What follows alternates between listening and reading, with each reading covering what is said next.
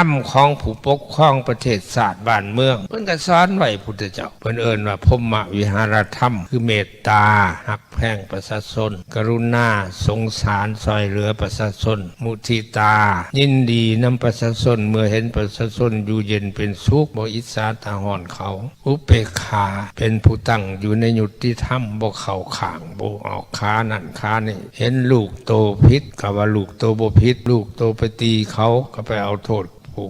ถูกตีสับนั่นบ่มีพรหมวิหารธรรมผิดวิสัยของผู้ปกครองพุทธเจ้าเพิ่นสอนหมดเลยธรรมะเพิ่นเปรียบคือลมหายใจอาหารการกินเพิ่นเปรียบคือกฎหมายสังคมโลกเฮานี่สิอยู่เย็นเป็นสุขได้อาศัยปัจจัยสองอย่างคนแต่ละคนผู้หนึ่งสิมีชีวิตอยู่ได้อาศัยปัจจัยสองอย่างหนึ่งการหายใจสองการกินอาหารปะอันใดก็บ่ได้ปะลมหายใจก็ตายปะอาหารก็ตายสังคมเฮาก็มีปัจจัยสองอย่างหนึ่งศีลธรรมสองแล้วกฎหมายบ้านเมืองลมหายใจนี่เพิ่นเปรียบคือกันกับศีลธรรมไผสิไปเปลี่ยน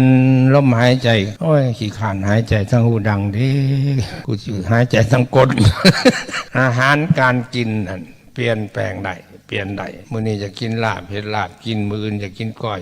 กินจากมื้อนี่กินต้มกินอ้อมเฮ็ดนั่นเปลี่ยนแปลงได้อาหารแต่ว่ามีคุณค่าเท่ากันสิปะอาหารก็ตายปะลมหายใจก็ตายมื้อนี้สังคมโลกเฮาสังคมมนุษย์เฮาทั้งหลายนี่อาศัยปัจจัยสองอย่างคืออาศัยศีลธรรมกับกฎหมายศีลธรรมเพิ่นเปรียบใส่ลมหายใจกฎหมายเพิ่นเปรียบใส่อาหารการกินลมหายใจศีลธรรมผู้ใดเปลี่ยนศีลธรรมก็คือเปลี่ยนลมหายใจส่วนว่ากฎหมายนั่นเปลี่ยนแปลงได้คือกันกับอาหารมาตรานี้ยุคนี้สมัยนี้บ่เหมาะเปลี่ยนใหม่เปลี่ยนได้ส่วนว่าศีลธรรมเปลี่ยนบ่ได้ไผไปเปลี่ยนศีลเปลี่ยนธรรมอะไรมันอันตรายโลดเดี๋ยวนี้ตามอาตมาสังเกตเบิ่งแล้วรู้สึกว่าประชาชนเฮานี่อย่าเปลี่ยนลมหายใจหลายคือเปลี่ยนศีลเปลี่ยนธรรมขาดความเคารพในศีลขาดความเคารพในธรรมนับมือกว้างนับมือคว้างนับมาตั้งแต่เฮายังน้อยตะกี้แต่ไล่จะหนีขึ้นหลังไปเจอ6-70 ปีขึ้นหลังเฮ็ดหัวเฮ็ดสวนอยู่น้ำแคมเซ่นี่ตั้งแต่เนื้อหอดไต่สวนหมักข้าวโพดหมักแซลลี่หมักแตงหมักเต่าหมักเขือหมักพริกหมักไผ่มีบัดในหูเซจำพรบ่มีไผหลักได้ตะกี้ได้บ่มีคนหลักได้เป็นอย่างจังบ่หลักเขาบ่เปลี่ยนลมหายใจคู่มือนี่คนเฮามันเปลี่ยนลมหายใจเปลี่ยนศีลเปลี่ยนธรรมผู้ใดซื่อผู้ใดสัตย์ผู้ใดบ่นั่นก็บ่หังบ่มีบ่ได้ดิบได้ดีก็ได้นั่นเปลี่ยนได้บัดนี้ได้คนซื่อสัตย์คนมีศีลคนมีธรรมเป็นผู้เจริญตะกี้เดี๋ยวนี้ไปตั้งต่อศีลตั้งต่อธรรมบ่ได้กินหยังนำเขาบ่ทันเขาดอกว่าแล้วเด้นั่นเปลี่ยนลมหายใจได้ย้อนสังคมเฮาพากันเปลี่ยนลมหายใจคือดังว่ามานั่นน่ะมันจะว่าความวุ่นวายในสังคมเฮานับมือกว้างนับมือคว้างนับมือขยายตัวลักเล็กขโมยน้อยก็หลายหลักบักใหญ่ๆก็หลาย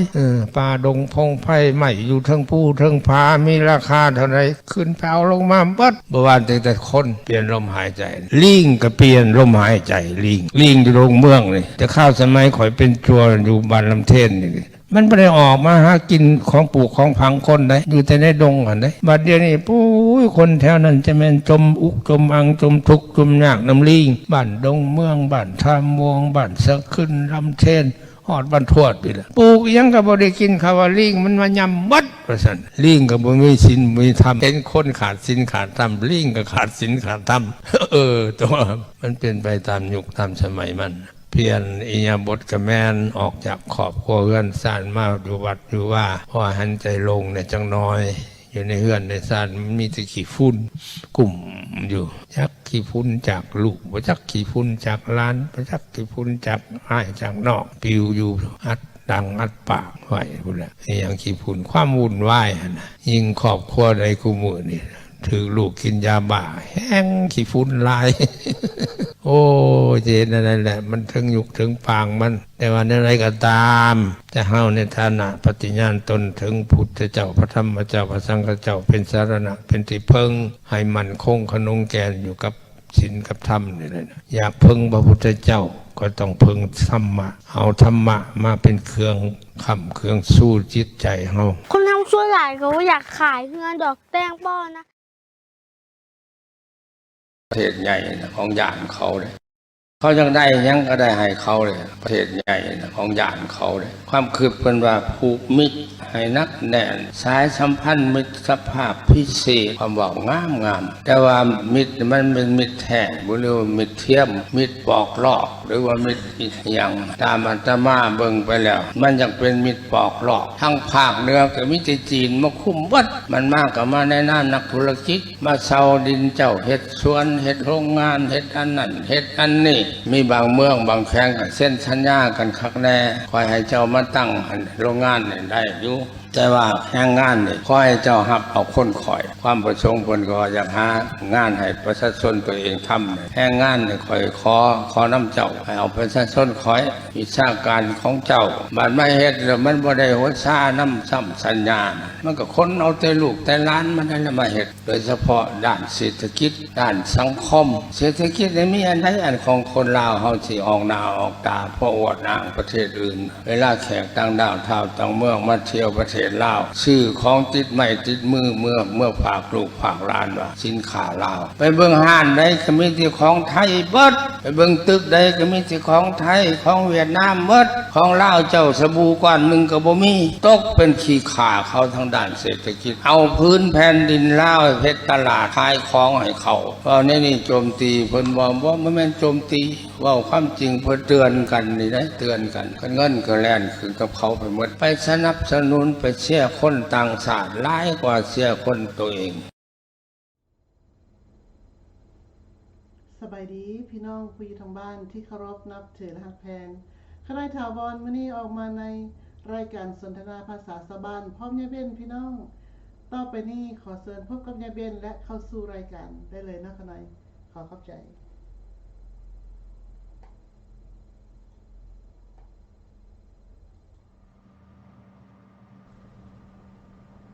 สบายดียายเบ้นเชิญเข้าสู่รายการได้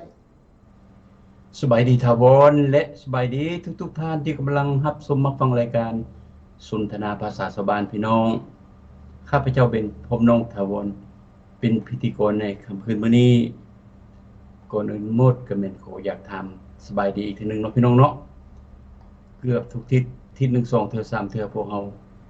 เสียสละเวลาออกมาโอ้ลมกับพี่กับน้องเพื่อความปรองดองเพื่อความฮักหอมกันคนลาวเฮาย่านแตกย่านแยกย่านสั่งกันแน่บ่มีเหตุบ่มีผลว่าซั่นซะเฮาเว้าแบบภาษาท้องถิ่นดังนั้นพวกเฮาขอถามสบายดีเด้อพี่น้องเด้อขอฮักขอแพงขอเป็นหมู่เป็นครูขอเป็นอ้ายเป็นน้องขอเป็นป้าเป็นลุงหมดทุกคู่ทุกคนคนลาวเฮาทั่วโลกนี่ล่ะดังนั้นขอขอบคุณขอบใจล่วงหน้าที่ทุกท่านที่ให้ความสนใจและมาโอ้ลมมาเขียนมาปากมาเว้ามาใช้สติปัญญาช่วยกันอันนี้เป็นรายการของพวกเฮาหมดทุกคนนี่เด้อพวกเฮาบ่แม่นprivate ได้บ่แม่นพวกเฮาเฮ็ดเพื่อตนเองบ่แม่นอันนี้สร้างขึ้นก็เป็นเพื่อคนลาวเฮานี่ล่ะหมดทุกคนคนลาวเฮาก็แม่นเป็นเจ้าของทรงนี้ว่าก็แม่นเพราะพวกเฮาบ่มีองค์กรพวกเฮาบ่แม่นนักการเมืองพวกเฮาบ่แม่นนักข่าวมีแต่เป็นประชาชน2คนธรรมดาโซโนอ้ายมีความคิดความเห็นก็เลยออกมาโอ้รวมกันเพื่อช่วยสังคมเพื่อช่วยประชาชนลาวผู้อยู่ภายในประเทศโดยเฉพาะให้เพิ่นรู้จักเปิดหูเปิดตาให้เห็นว่าชาวโลกเขาไปฮอดใส่แล้วที่จะเทียบใส่ความเป็นอยู่ในประเทศลาวเนาะพี่น้องเนาะดังนั้นพวกเขามีความหวังดีเด้อพี่น้องเด้อขอขอบคุณขอบใจหลายๆสบายดีทาวรน้องอยู่ดีมีแฮงสบายดียายเบ้นอยู่ดีมีแฮงอ้ายขอบใจเป็นจังได๋มื้อนี้บ่อยากเว้าหลายยายห่างน้องแรงวันอาทิตย์แล้วเปิดได้เลยน้องขอบใจหลายๆยายเบ้นพี่น้องมื้อนี้เฮาก็เห็นข่าวหลายๆข่าวเนาะแล้วก็หลายๆท่านเพิ่นก็ได้ออกมาเว้าเกี่ยวกับการที่ว่าเกิดขึ้นอยู่ในประเทศลาวโดยเฉพาะแม่นแขวงบ่อแก้วเมืองบ่อเต็นและเฮาก็ได้เห็นว่าการกระทำมันจริงหรือบ่จริงนั้นอันนี้เฮาก็บ่ฮู้จักเด้พี่น้องเพราะว่าเฮาอยู่ประเทศสหรัฐอเมริกาพี่แต่ว่าเฮาจะเอาขึ้นมาสนทนากันเพราะว่าถ้าว่าท่านใดพี่น้องผู้อยู่ทางบ้านฮู้จักข่าวอันใดก็ ออกมาส่งข่าวๆให้พี่น้องเฮาได้ฮู้จักกันเนาะแล้วก็ได้ฮู้จักว่าเรื่องราวมันเกิดหยังขึ้นกันแท้เพราะว่าอยู่ในประเทศลาวอย่างน้อยๆก็ได้ฮู้จักข่าวการเป็นมาว่าซั่นซะเฮาก็ได้ยินข่าวดาวๆข่าวๆว่ามีการปะทะกันระหว่าง2กลุ่มที่ว่ายิงใส่กันแล้วตาย2คนบ่3คนแล้วเจ็บคนหนึงบ่หรือจังได๋จังซี่แหละแต่ว่าเฮาก็บ่ฮู้ความจริงว่ามันหยังเกิดขึ้นและเฮาก็ฮู้อยู่แล้วว่าอยู่ในประเทศลาวนั้นโดยเฉพาะแม่นแขวงบ่อแก้วซึ่งมันว่าตั้งแต่ปี 2018 ที่ว่าถึกคดีดำจากสหรัฐอเมริกาสิ่งอยู่ในแขวงบ่อแก้วนั้นเกิดขึ้นก็มีการฟอกเงินการค้ายาบ้าการผลิตยาบ้าการขายอย่างก็ขายของเถื่อนขายของเถื่อนแม่นแหละขายของเถื่อนอยู่ในของเถื่อนนั่นก็เกี่ยวกับว่าสัตว์ป่าบ่หรือว่าขายมนุษย์นี่น่ะพี่น้องทรัพยากรมนุษย์นั้นที่ว่าฆ่ามนุษย์ human trafficking นั่นน่ะเนาะบ่ได้ว่าโดนแล้วก็ลืมแล้วซับนี่ก็ได้นะยายเป็น พี่น้องเฮาบ่ได้ใช้ดนหั่นน่ะภาษาลาวก็ได้ก็ลืมคือกันบ่เห็นว่าเขาได้ลืมซาดได้เขาได้นั้นน่ะสับสนเรื่องภาษาคือกันเพราะการฆ่ามนุษย์อยู่ในเขตนั้นมันก็โหดคือกันและโดยเฉพาะแม่นเฮาก็เคยได้ยินข่าวเลยเนาะแม่นยิงลาวที่ถูกฆ่าอยู่ในนั้นก็มีและหลายท่านหลายๆคนเขาก็เห็นได้ว่าการฆ่ามนุษย์อยู่ในแขวงบ่อแก้วนั้นมันเถื่อนส่ำไหนมีฮอดทั้งขายอวัยวะและหลายๆอย่างการฟอกเงินแม่งทุกสิ่งทุกอย่างกันที่ว่าเฮ็ดแนวบ่ถูกกฎหมายว่าซั่นซะชาวโลกเพิ่นบ่เฮ็ดดีแม่นเกิดขึ้นอยู่ในแขวงบ่อแก้วนั้นแต่ว่ามื้อเช้านี้เฮาเห็นข่าวแต่เช้าเลยว่ามีการปะทะกันเกิดขึ้นมี2กลุ่มและบางคนก็เว้าว่าสงสัยทั้งนอกเป็นผู้ที่อคตินำพรรครัฐบางคนก็ว่ากลุ่มของค้ายาบ้าบางคนก็ว่ากลุ่มที่เขาเจ้ามีพิษแข่กันที่ว่าพวกนักธุรกิจกับพวกพ่อค้าจีนว่าซั่นเด้ก็มันมีหลายๆด้านหลายๆทางแต่ว่าเฮาบ่ฮู้ว่าแม่นหยังเกิดขึ้นกันแท้โดยเฉพาะให้พี่น้องลาวอยู่ในประเทศโดยเฉพาะเด้อที่ว่าออกมาเว้าให้พวกเฮาฟังเด้สิ่งเหล่านี้น่ะถ้าว่าทางในหั่นบ่บอกเฮาก็บ่ฮู้จักเด้เนาะยายเบนเนาะเพราะว่าเฮาอยู่นอกพี่เฮาก็ได้ฟังแต่ผู้อื่นเว้าว่าซั่นซะเฮาบ่ฮู้ว่าอะไรเกิดขึ้นกันแท้ยายเบนคิดจังได๋อ้ายคิดจังได๋เสิร์ชเอาความคิดความเห็นอ้ายเข้าใจแนวโมเมนต์ประเทศเฮาเนาะอยู่ประเทศลาวแต่ว่าคันเห็นนั่นก็อยากเว้าอยากว่าพี่น้องเอ้ยอันใดก็ได้คันสิมิตอยู่ก็บ่คือบ่เพราะบางคนพี่น้องอยู่ในประเทศลาวก็บ่ฮู้ได้ถาวรเพิ่นบ่ได้เบิ่งข่าวแล้วก็เพิ่นบ่ได้เบิ่ง Facebook นั่นมันก็บ่ฮู้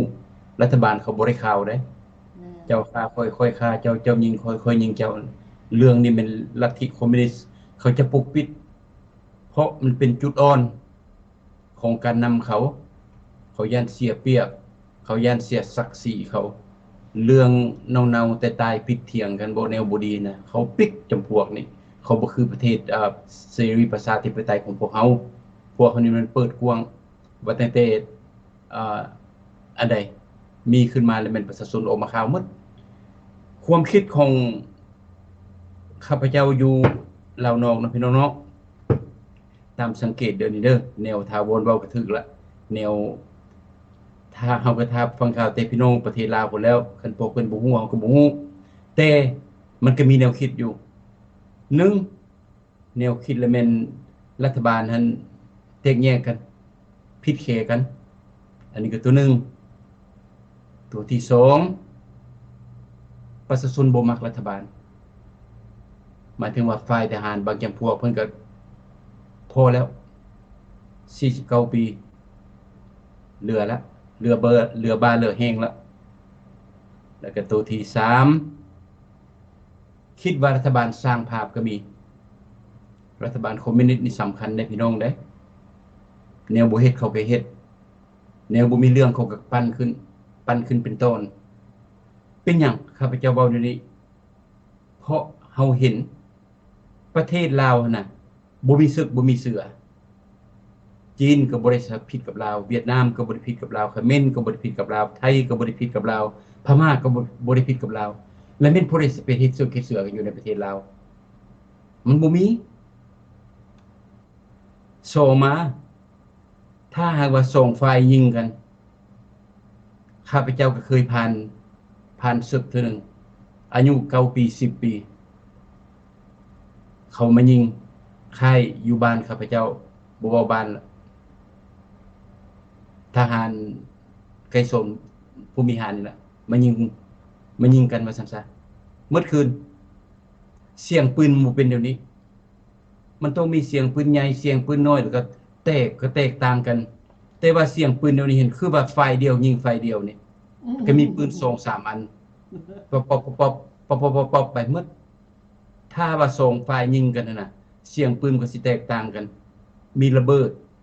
มีเบ40มีปืนใหญ่ปืนน้อยยิงกันอันนี้จะเป็นยิง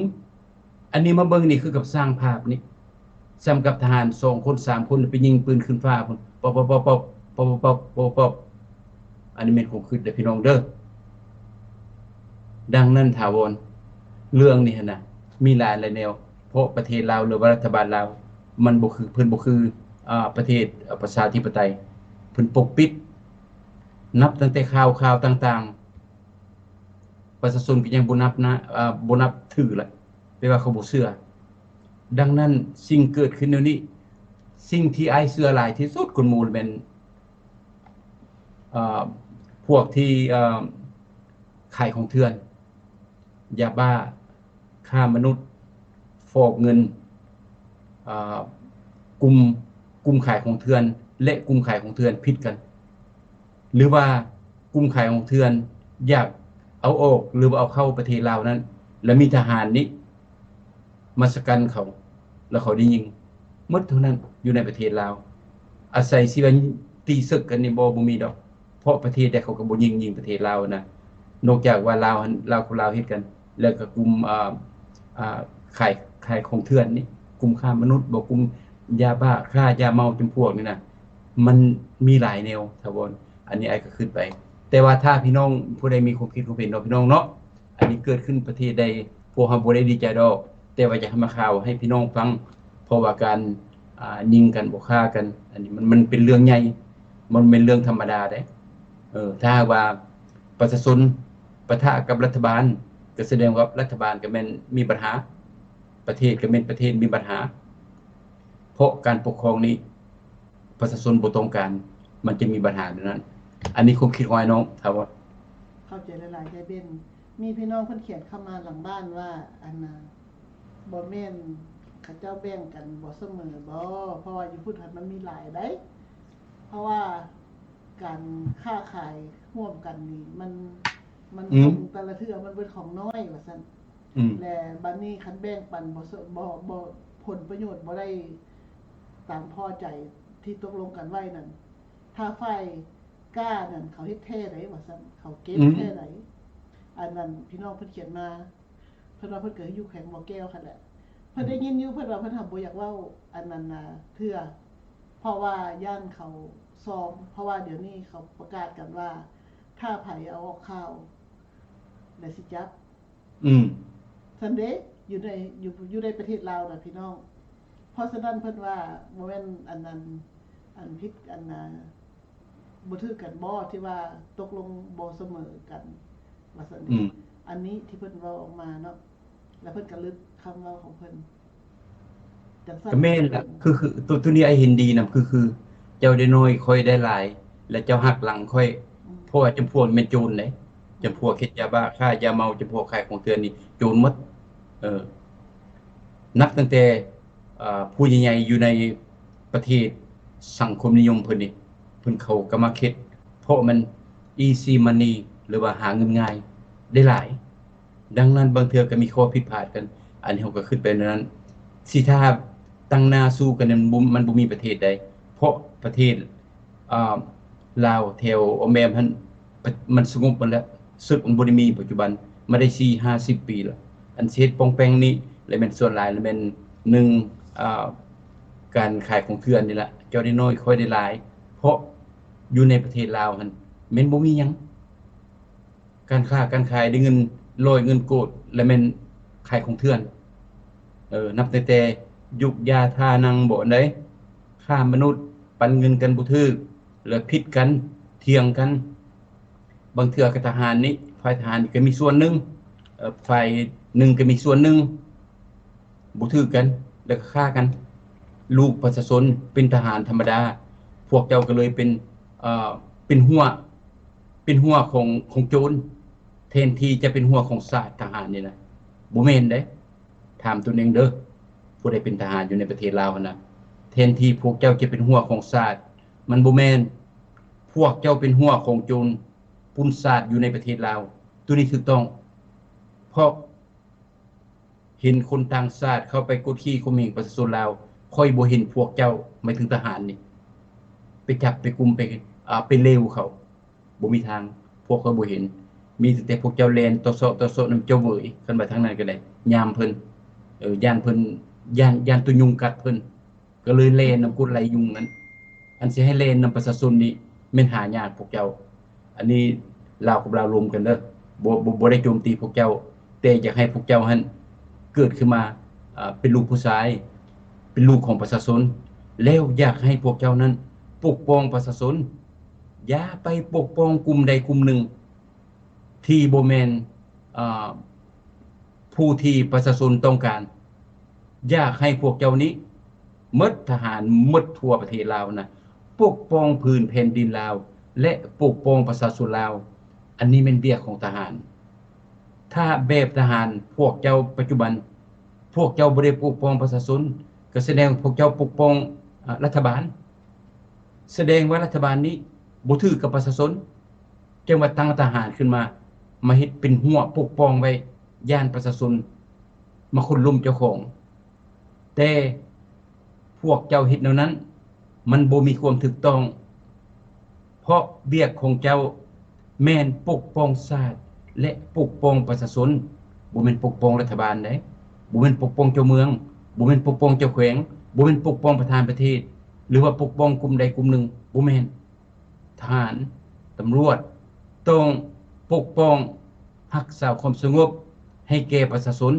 และเขตน้ำแดนดินของตนเองถ้าบ่ได้บอกถึงบ่น้องขอบใจหลายๆ เฮ็ดดีนำยายเว้นอันน่ะมีอันน่ะพี่น้องเพิ่นเขียนเข้ามาว่าอยู่ในประเทศลาวนั่นมันยังก็เป็นไปได้เพราะว่าระบบมันบอกอยู่แล้วว่ากลุ่มอันน่ะหยังก็อยู่ในประเทศลาวหั่นบ่มีกฎหมายมีแต่กฎหมู่ซึ่งว่าภาครัฐเพิ่นก็อำนวยความสะดวกให้ทุกฝ่ายคะแนนว่ามีระบบซื้อจ้างจอบอ้อยอยู่แล้วในเมื่อว่ามีระบบซื้อจ้างจอบอ้อยอยู่ในประเทศลาวนั่นไม่อยากก็ได้หมดและซึ่งว่านำไปสู่ผู้หนึ่งท่านหนึ่งเพิ่นก็เขียนมาบอกว่าอยู่ในประเทศลาวทุกสิ่งซึ่งพี่น้องทุกสิ่งทุกอย่างมันเกิดได้หมดทุกเมื่อและปัจจุบันนี้อยู่ในประเทศลาวนั้นมันมีหลายๆอย่างเกิดขึ้นเพราะว่าโครงการของจีนเข้ามาในลาว490โครงการใหม่ๆเกิดขึ้นและการที่เขาเจ้าประมูลราคากันนี่นะยายเบนเขาซิ่งกันประมูลราคาเพื่อจะลงทุนการค้านำกันนี้และบัดนี้อยู่ในประเทศลาวนั่นการค้า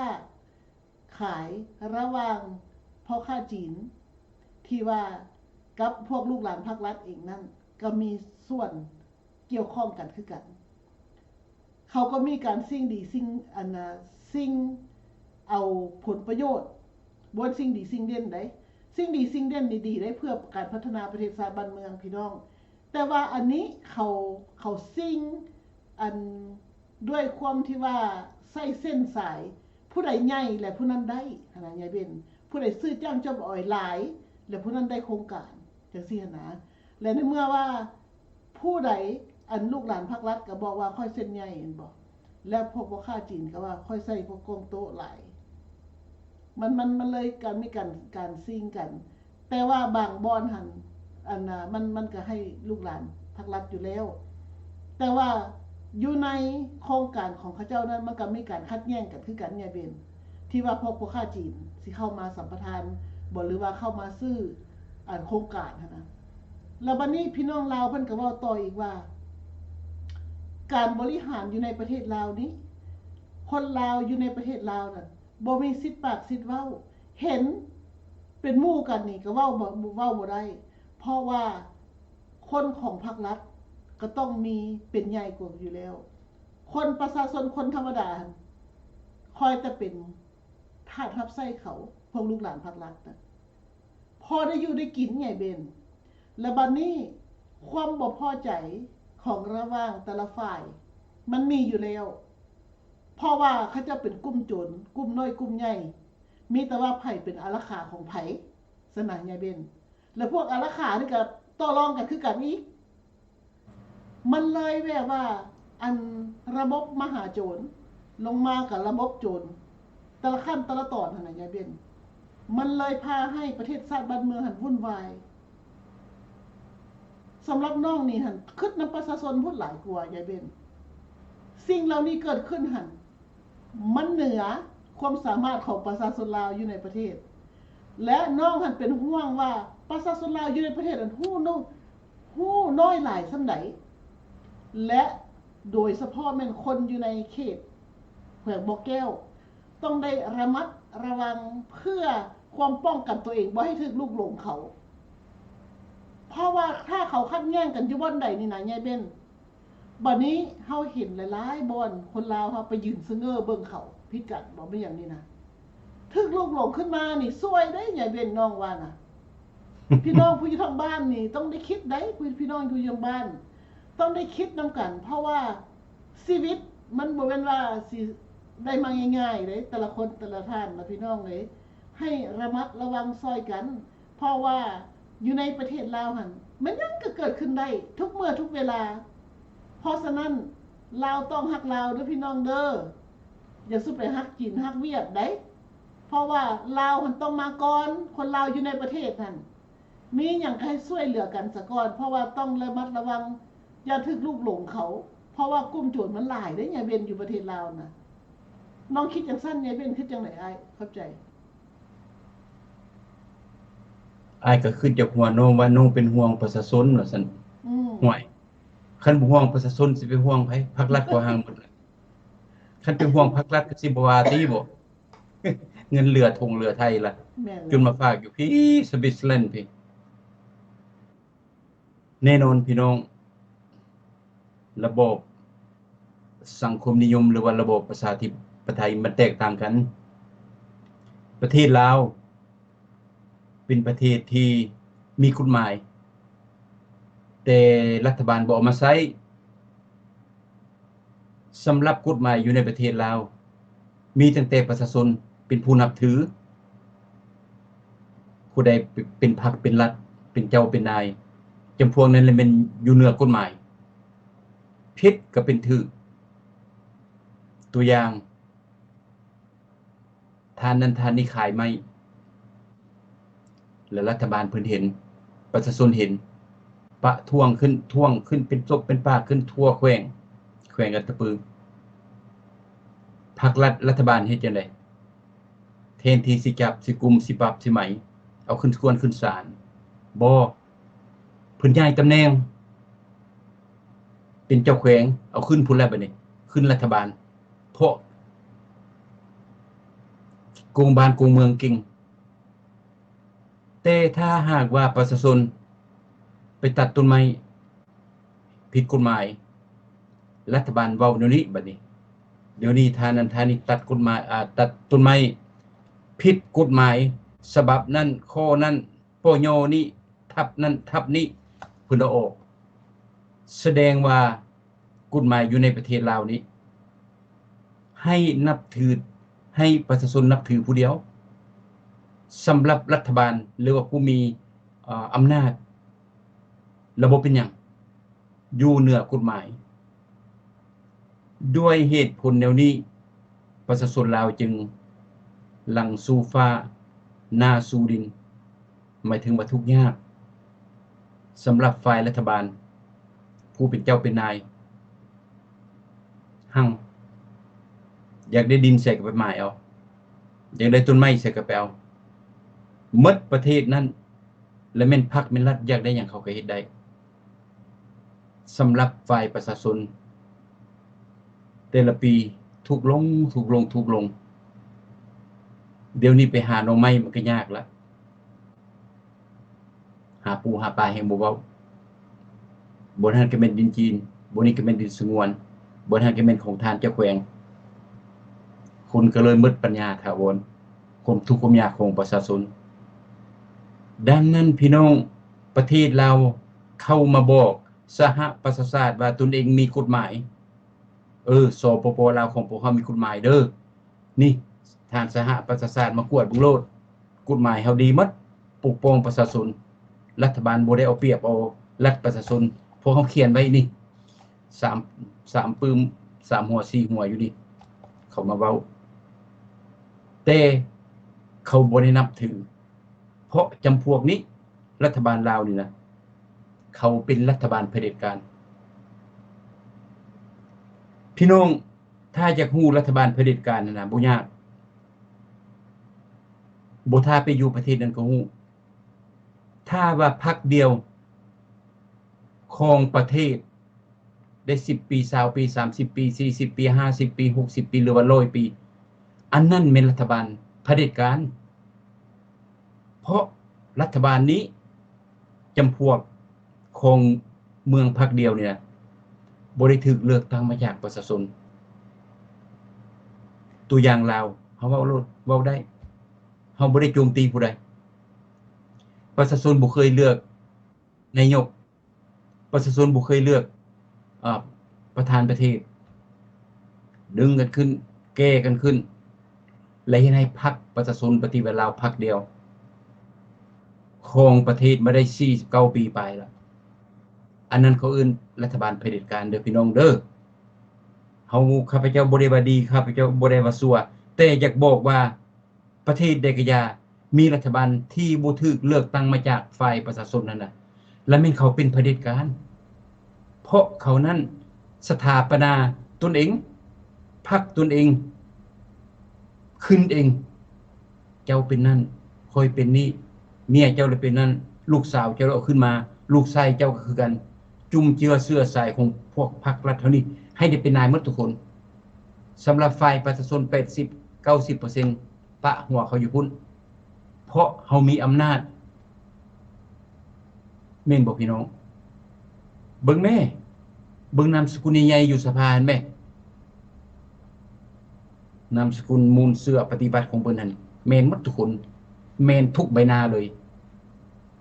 มีแต่จุ่มเจือเสื้อสายอันบ่ได้ต่อสู้กู้ชาติมาได้3-40 ปีจำพวกนี่สำหรับคนอื่นลูกประชาชน 80% ถึงเจ้าจะฉลาดถึงเจ้าจะเรียนหนังสือเก่งถึงเจ้าจะดุมัน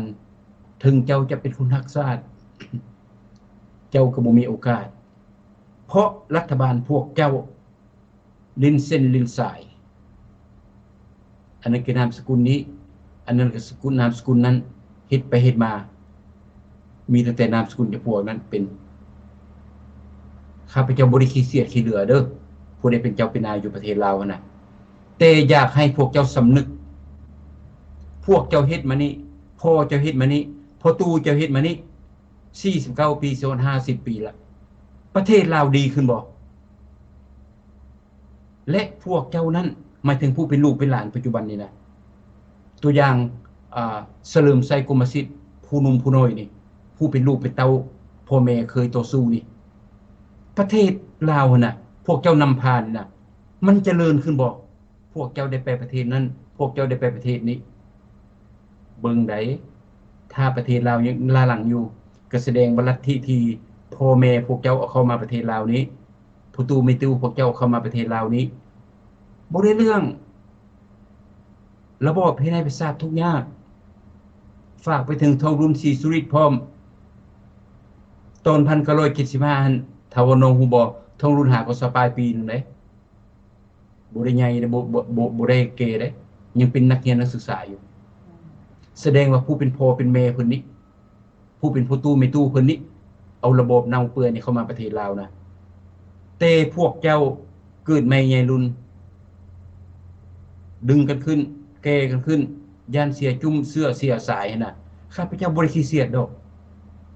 แต่อยากให้พวกเจ้านั้นเบิ่งประชาชนเบิ่งชาติถ้าพวกเจ้ายืงเวนเบิ่งขนาดโอเคท่านบินเราอยู่อเมริกาเราเว้าถือพอตู้ไม่ตู้ค่อยนี่ก็ต่อสู้กูชาตินี่ยึดไปหมดทุกอันทุกเดียวอยู่ในประเทศลาวนี่50 ปีละประเทศลาวนับมือนับทุกเป็นขี้คามาใส่จีนเขามาขนเครื่องขนของขนทุกสิ่งทุกอย่างดินโดนตอนยาก็แม่นเป็นของเขาหมดแล้วหนังสือจีนก็เต็มอยู่เมืองอเมริกันแล้ว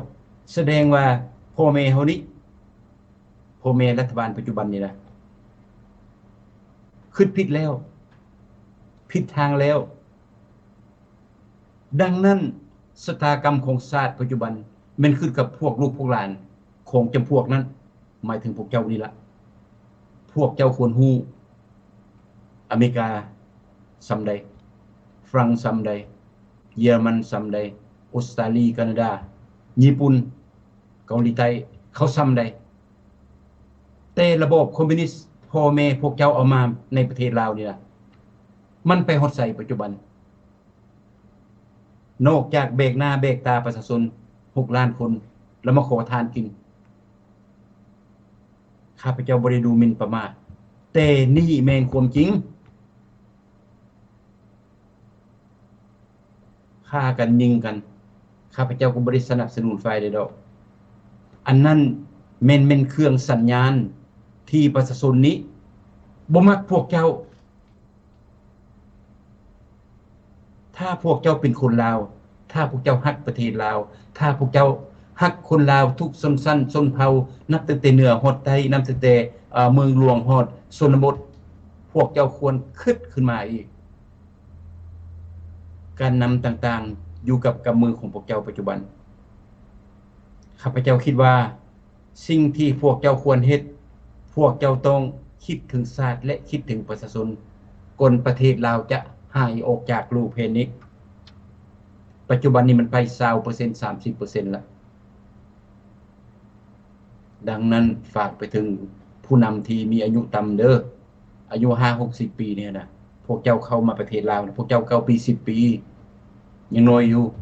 บ่ฮู้หยังดอกหาวมาอยู่นำพ่อนำแม่พวกเจ้าอยู่ในตัวเมืองเวียงจันทน์น่ะบางคนก็2 ปี 3 ปีปัจจุบัน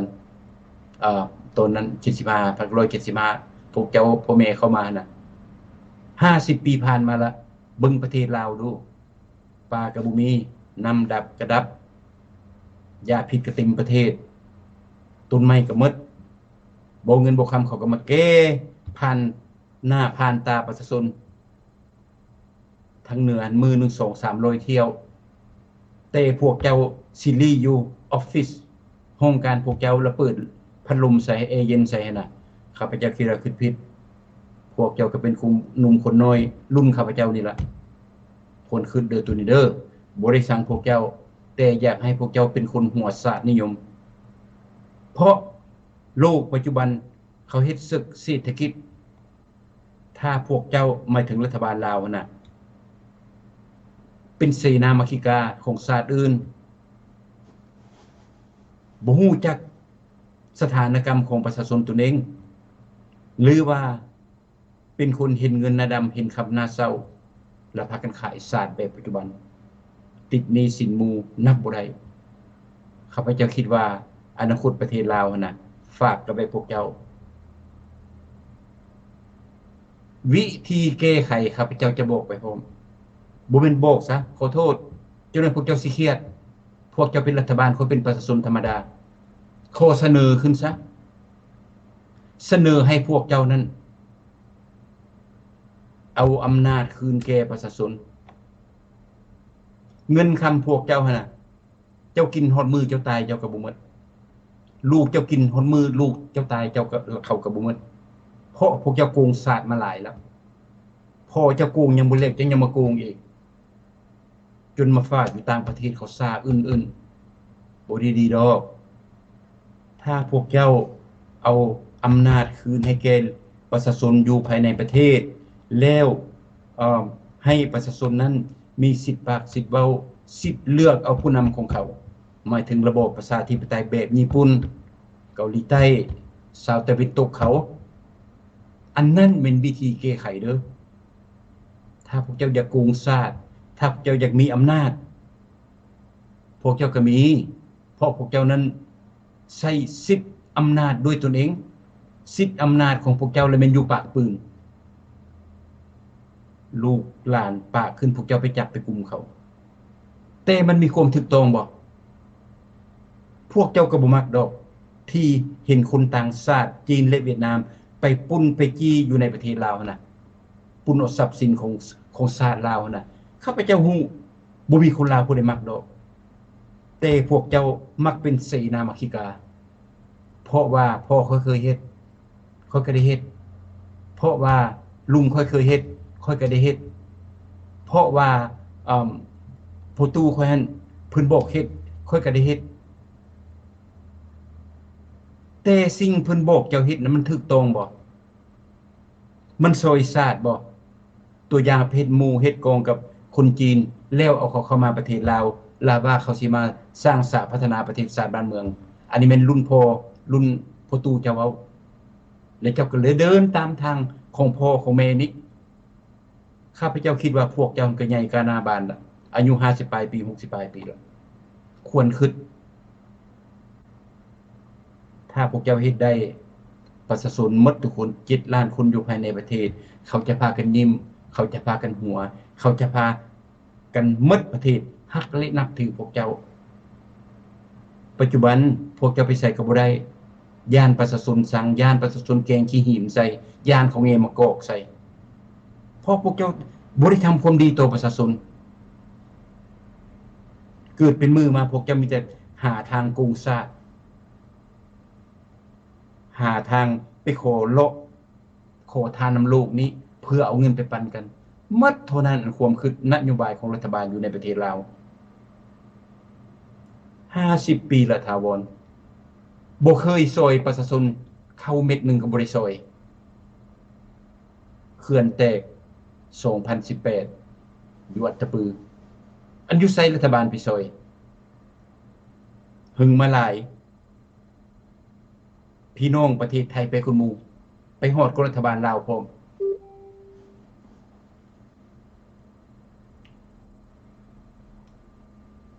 แล้วมันเป็นจังได๋น่ะเป็นรัฐบาลจังได๋นั่นน่ะแต่ความปากความเว้าพวกเจ้าทฤษฎีน้ำเต้าเป่าพวกเจ้าหมดอ่านหมด3ทิศก็บ่หมดอันทฤษฎีน้ำเต้าเป่าหั่นดีเมิดภาครัฐเฮานี่น่ะบ่มีแนวต้องติสันติภาพพวกเฮาก็มีสันติภาพจะได้ยิงกันมื้อวานมื้อซื่นนี่สันติภาพบ่ได้มีประชาธิปไตยพวกเจ้าบ่ต้องถามหาพวกเจ้าบ่เข้าใจซ้ำประชาธิปไตยแปลว่าหยังประชาธิปไตยแม่นประชาชนมีสิทธิ์บ่แม่นพวกเจ้าถ้าพวกเจ้ายังมีสิทธิ์อยู่แสดงประเทศลาวบ่มีประชาธิปไตยจื้อเมียนเด้อประชาชนพี่น้องลาวเด้อลูกหลานเด้อ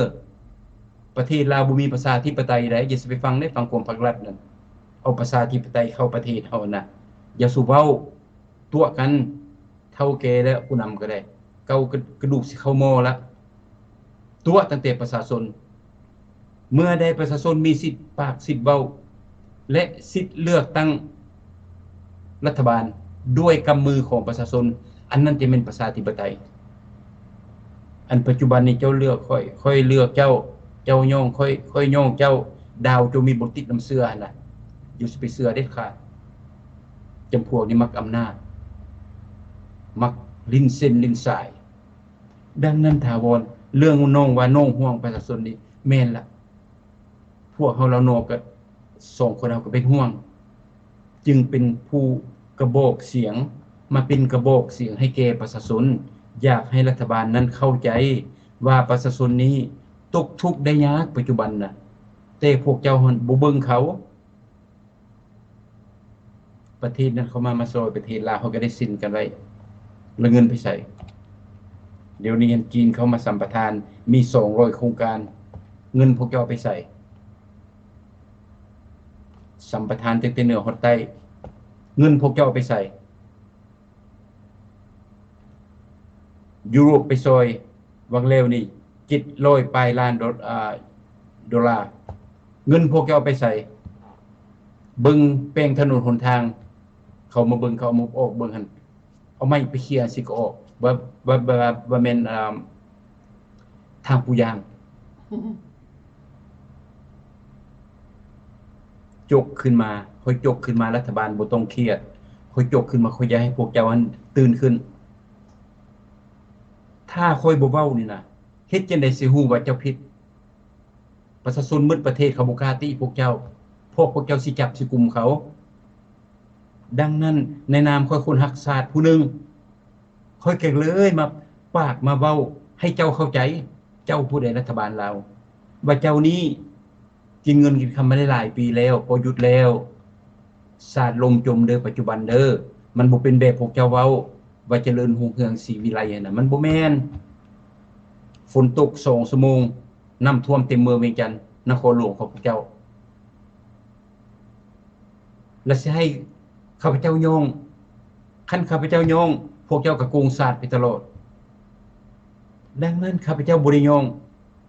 และบ่ได้ตำหนิมีตั้งแต่ยกมาให้เบิ่งว่า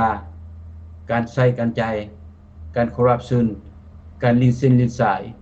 การเอาศาสตร์อื่นดีกว่าศาสตร์ตนเองมันบ่ดีอันมาเว้าอยู่ทุกมื้อนี่นะอยากให้พวกเจ้าเปลี่ยนถ้าพวกเจ้านั้นเฮ็ดแบบข้าพเจ้าเสนอไปน่ะเอาสิทธิ์เอาอำนาจคืนให้ประชาชนรัฐบาลพรรคประชาชนปฏิบัติลาวหรือว่าลัทธิคอมมิวนิสต์หรือว่าสังคมนิยมนี่นะพวกเจ้ามาลงอยู่ในประเทศลาวแล้วสิฮอด50ปีละครึ่งศตวรรษแล้วประเทศลาวซวยลงทุกข์ลงแสดงว่าระบบนี้มันบ่ถูกกับประเทศลาวระบบนี้มันบ่ช่วยเหลือประชาชนลาวระบบนี้ไม่ได้สาดทุกอย่างดังนั้นพวกจะต้องตัดทางปล่อยหรือว่าเอาทิ่มได้แล้วถ้าผู้ใดกล้าเฮ็ดน่ะแบบมาแค้วก็บ่ชอบ1991อยู่สหภาพโซเวียตเพิ่นคิดแล้วลัทธินี่มันเกิดอยู่ประเทศสหภาพโซเวียตยูเนียนสมัยนั้น1917จนมาถึง1911เขากับ1991เพิ่นว่าบ่ได้เรื่องไก่ขานึงก็ได้ไปโขนอเมริกาซีนกิโลนึงก็ได้ไปโขนอเมริกาประชาชนหมดอยู่ในสหภาพโซเวียตเขาจีก็ยังได้ไปเรียนแถวเอาโขนำสหกรณ์อันนี้ผู้นำอยู่ในประเทศลาวฮู้หมดทุกคนเด้อตอนนั้น1980ปลายนี่แหละเขาไปเรียนอยู่สหภาพโซเวียตทานรัฐมนตรีนั้นเห็นหมดจำพวกนี่หิวเข้าอยู่หอพักกันน่ะข้าพเจ้าก็ฮู้แต่พวกเจ้าสิมาตัวกันเฮ็ดหยังมิเคลกับบ่ชอบสมัยนั้นเพิ่นก็เลยมันเยี่ยมยามทานโรนัลด์รีแกนผู้นำของประเทศของพวกเขาเพิ่นก็เลยรวมกันเซาซะอันระบบเน่าเปื่อยทุกอย่างเสียน่ะเยอรมันก็ให้เขาเข้ากันซะอย่าสุไปมั่งเขา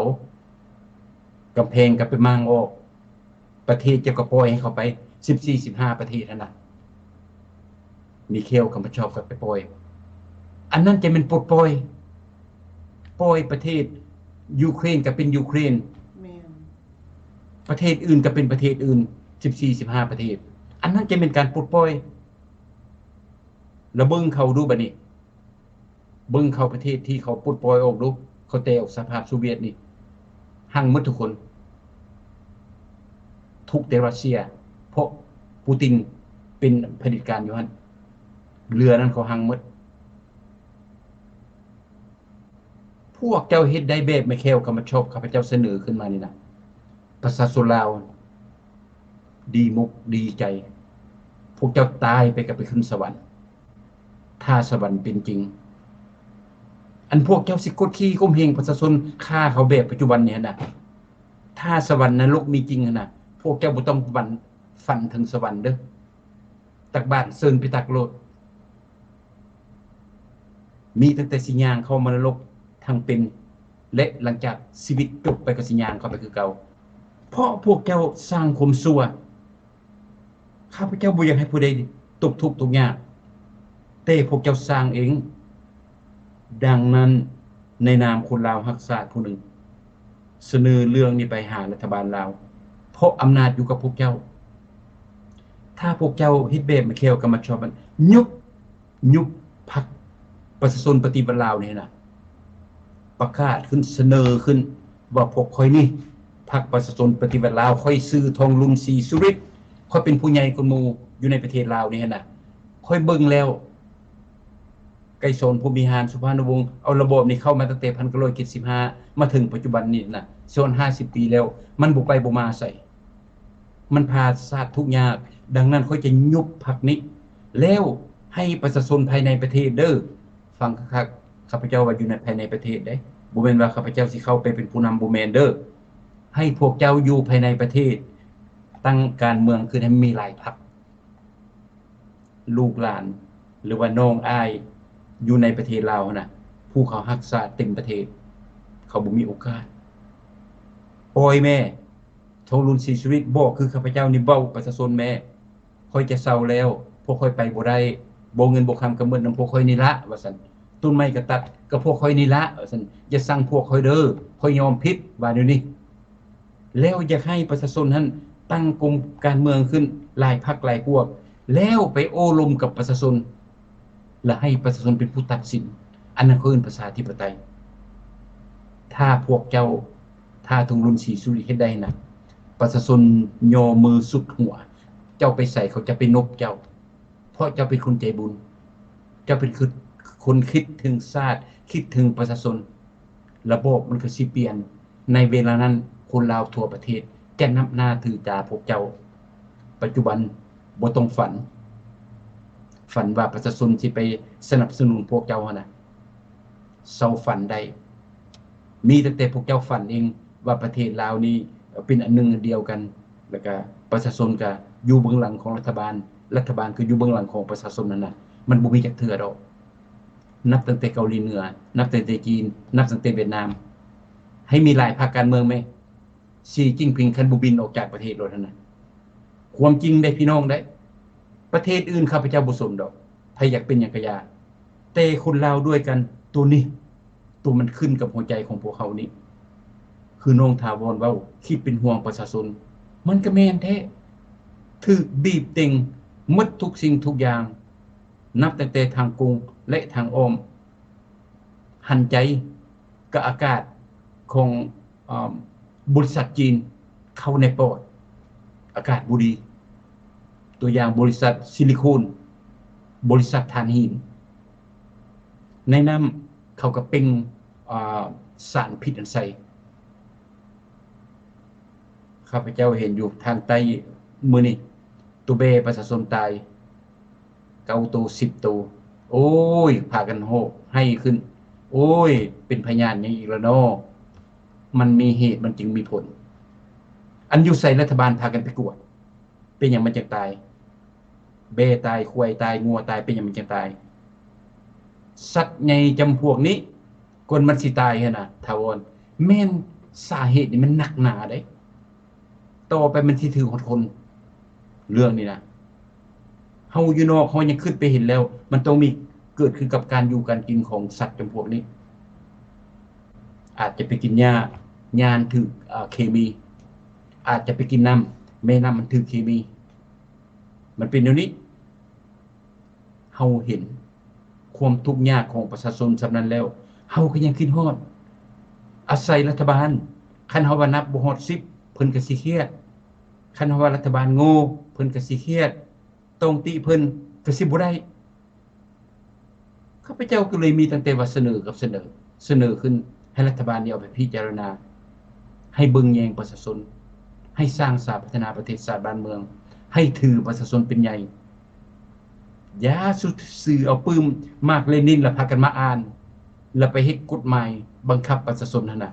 มันบ่ได้สังคมนิยมพวกเจ้าฟันหาน่ะบ่มีประเทศใดเฮ็ดได้เทื่อสร้างสังคมนิยมขึ้นหลายเท่าใดถนนแห่งปีพีหลายเท่านั้นฝุ่นบ่ทันตกด้วยนี่ถนนที่13ทางเหนือไปบ่ได้ล่ะอันนี้ว่าสังคมนิยมอันนี้สังคมรังเกียจสังคมเนาเปื่อยสังคมเข็นฆ่าประชาชนสังคมทำลายประเทศตนเองถ้าพวกเจ้าฮู้จักว่าสังคมนิยมมันบ่ดีแล้วน่ะแม่นสิไปจับไปเฮ็ดหยังจีนเนี่ยได้ก็แกงขึ้นไปทางเหนือพุ่นเอาจีนเลยไอ้จีนใหญ่เอ้ยให้เจ้าเอาไปซาวซั่นแกงไปให้เขาจับยัดใส่ถุงสูงก่อนไว้หรือไอ้เวียดนามมักบ่ก็เอายื่นไปให้เวียดนามให้เขาจับใส่ถุงเสื้อเขาไว้ลาวเราเอาระบบประชาธิปไตยเข้าไปเพื่อให้ประชาชนมีอยู่มีกินลูกหลานก็สิบ่ได้เต้นตูนอยู่นี้ออกจากประเทศตัวเองไอ้เว้าไปหลายเท่าไหร่แห่งวอนเรื่องคนตินตุนโยนนี่นะอ้ายก็อยากให้น้องเว้าซอยอ้ายเด้ปัจจุบันลูกหลานออกจากประเทศลาวนี่นะเป็นหยังมันจะเป็นอย่างนั้นเป็นหยังรัฐบาลบ่หัวซาฮู้จักว่าลูกหลานประชาชนนี้พ่อแม่เขาก็ฮักกันเขาก็คิดฮอดกันแต่เขาจำเป็นได้ออกไปสู่เสี่ยงตายไปก็แม่นภาษาเจ้าก็บ่ได้ขี่ยนต์ไปจักกี่ชั่วโมงข้ามของไปกับไปอยู่ไทยกันบางคนก็บ่มีหนึ่งเสียนหนังสือแต่ว่าเสี่ยงตายไปสู่เขาคุกสู่ตายแสดงว่าอยู่ประเทศลาวถ้าแม่นน้องก็แม่นคนอยู่บ่ได้เลยเด้บ่เลยมันร้อนตัวปลามันเต้นหนีคันอยู่ก็ตายแต่รัฐบาลเจ้าของหนองเจ้าของประเทศนี่น่ะบ่ฮู้ว่าตนเองนี่เฮ็ดให้หนองนี้ร้อนหรือว่าตนเองนี่เฮ็ดให้ประเทศชาตินี้ตกทุกข์ได้ยากประชาชนบ่มีอยู่มีกินแล้วรัฐบาลนี่บ่ฮู้คันบ่ฮู้แล้วเขานั้นรัฐบาลน่ะบ่เบิ่งบ่แยงประชาชนอ้ายอยากให้น้องอธิบายเรื่องว่าเป็นหยังชาวนุ่มนี่น่ะออกจากประเทศลาวนี่น่ะเฮานี่จะเป็นห่วงประชาชนน่ะบ่อยากให้เป็นถาวรคันมีปัญหาหยังก็ให้ร่วมกันอยู่ภายในประเทศอ้ายจบซ้ํนี้น้องขอบใจหลายๆ มือน้องเหือเต็มละฟังอายเว้านี่หดหู่อายเพราะว่าน้องนุ่งลูกหลานลาวอยู่ในประเทศก็อยู่ยากคืออาจารย์เบนเว้าคั่นแหละพี่น้องการที่ภาครัฐสะน้ำออกจากป่าก็ต้องร้อนมันเดือดอยู่บ่ได้ต้องเต้นตัวยนต์หนีไปซอกน้ำวังใหม่ลูกหลานลาวส่วนหนึ่งก็แม่นว่าเสี่ยงตายคือยายเบนว่ามาแล้วเสี่ยงตายย้อนว่าบ่มีเงินสิไปเฮ็ดหนังสือข้ามแดนบ่มีเงินสิไปเฮ็ดพาสปอร์ตต้องเสี่ยงไปเพื่อหาเงินมาเลี้ยงปากเลี้ยงท้องครอบครัวพ่อแม่และเมื่อวันหนึ่งนี้เข้าไปเบิ่งลูกหลานก็ส่งมาซึ่งที่ว่าข้ามแดนผู้ได้เงินแล้วกับเมื่อเฮ็ดพาสปอร์ตลูกหลานส่งมาให้เบิ่งว่าการที่มาถูกต้องตามกฎหมายครั้งแรกข้ามด่านมาไงเบนลูกหลานลาวถูกเจ้าหน้าที่นั่นเอาผู้ละ 1,500 บาท3คนมานำกันถูกหมดทั้ง3คนเพราะว่ามาครั้งแรกเขาเก็บเอา 1,500 บาทบัดนี้มีเงิน 2,000 บาทสิไปฮอดกรุงเทพมันสิฮอดบ่บัดนี้ลูกหลานว่าผู้อื่นเขาเจ้าว่าได้พาสปอร์ตแล้วก็มีหนังสือ MOU ผ่านหมดระบบเหตุการณ์เฮ็ดเวียงน่ะแต่ว่ามาด้านพะแม่นเจ้าหน้าที่ลาวเพิ่นได้เก็บ ผู้ละ1,500 บาทอันนี้ลูกหลานว่าทั้งที่ว่าพ่อแม่ก็ยืมเงินให้มาย่อมพวกนั้นทอดใส่มีแต่ข้ามผ่านลาวครับหมดแหละ1,500 บาทและส่วนสิฮอดกรุงเทพที่ว่านัดหมู่ไว้สิไปสอบเวียกกันเฮ็ดงานทำกันน่ะพี่น้องอันนี้เป็นอย่างลาวบ่ฮักลาวเจ้าหน้าที่เฮ็ดเวียกอยู่ด้านลาวนั่นเป็นอย่างจึงคูดฮีดข่มเหงลูกหลานลาว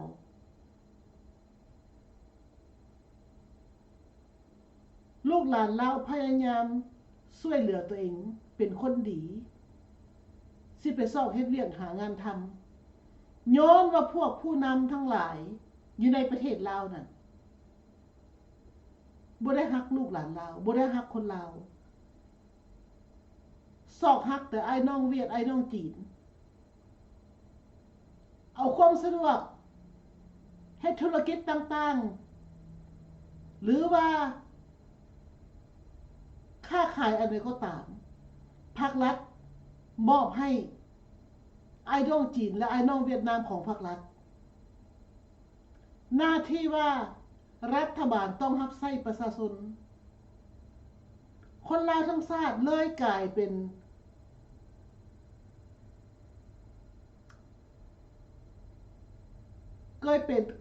็นคนที่บ่มีหัวส้นปลายนอนอยู่ในแผ่นดินของตัวเองได้พี่น้อง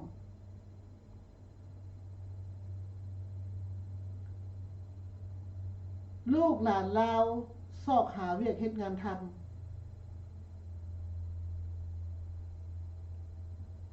ที่บางคนหลายๆคนบ่แต่บางคนนะพี่น้องหลายคนหลายชีวิตต้องไปถึงเกาหลีใต้ไปไกลจนถึงเกาหลีใต้เพื่อไปหาเวียกเฮ็ดงานทำไปเฮ็ดสวนได้พี่น้องบ่ได้ไปเฮ็ดเวียกอันนาเป็นข้าราชการได้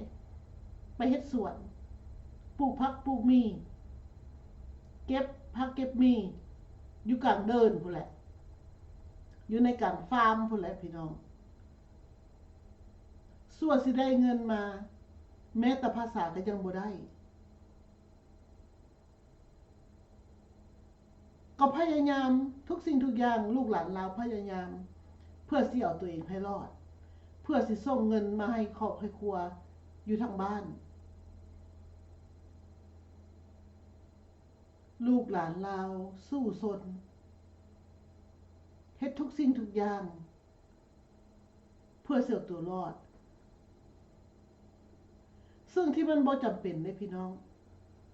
บ่จำเป็นเพราะว่าประเทศอื่นเมืองท่านเทียบใส่ประเทศไทยรัฐบาลเพิ่นรักษาวิชาอาชีพการค้าขายธุรกิจน้อยกลางใหญ่ทุกอาชีพเพิ่นเอาไว้ให้ประชาชนไทยของเพิ่นซึ่งได้เห็นว่ารัฐบาลทางการต่างประเทศของลาวและไทยก็ได้ปรึกษาหารือกันว่าหลายเรื่องเติบเป็นยังบ่ปรึกษานำเพิ่นเรื่องการบริหารของเพิ่นว่าเฮ็ดจังได๋เพิ่นจังเอาเวียกเฮ็ดงานทำให้ประชาชนชาวไทยของเพิ่นได้แล้วเป็นอย่างลาวบ่เฮ็ดตามคือบ่ปรึกษาเพิ่นสิ่งที่ดีเพื่อประชาชนลาวอยู่ในประเทศชาติบ้านเมืองสิได้มีอยู่มีกินหั่น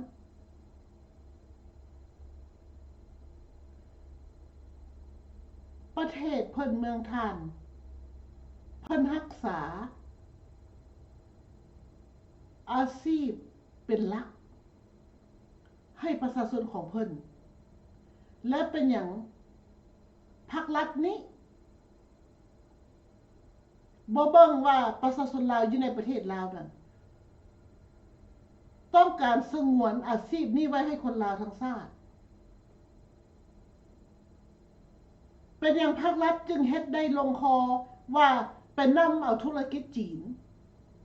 พอค่าจีนเข้ามาแหละโลดพอค่าเวียดนามเข้ามาแล้วโลดมอบเอาวีซ่าอาชีพให้เขาเจ้า แล้วประชาชนลาวก็ขาดแคลนอาชีพหลักของตนหลายๆธุรกิจของเราได้ยุบลงปิดลงย้อนธุรกิจจีนธุรกิจเวียดนามเข้ามาในลาวแม้แต่กะลารถซ่อมแปลงรถห้านอาหารต่างๆบ้านพักโรงแรมเดี๋ยวนี้ พี่น้องบ่แม่นแต่โรงแรมบ้านพักห้านอาหารเด้ที่ว่าทั้งจีนและเวียดนามเข้ามาสร้างหลายขึ้นอยู่ในประเทศลาวรถเมล์รถแท็กซี่ก็แม่นมาแต่เวียดนาม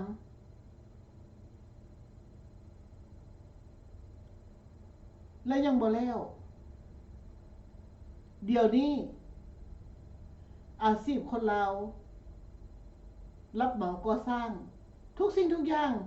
แม่นมอบให้จีนกับเวียดนามหมดแล้วซึ่งอาชีพคนลาวนี้ประชาชนลาวบ่ได้อย่างประชาชนลาวมีแต่ปิดอาชีพปิดธุรกิจลงกลับกลายเป็นลูกจ้างของเวียดนามและจีนอันนี้มันบ่งบอกให้เขาได้เห็นว่าถ้าว่าพรรครัฐท่านเป็นคนลาวพรรครัฐต้องฮักประชาชนลาวทั้งชาติอันนี้พรรครัฐบ่ได้ฮักคนลาว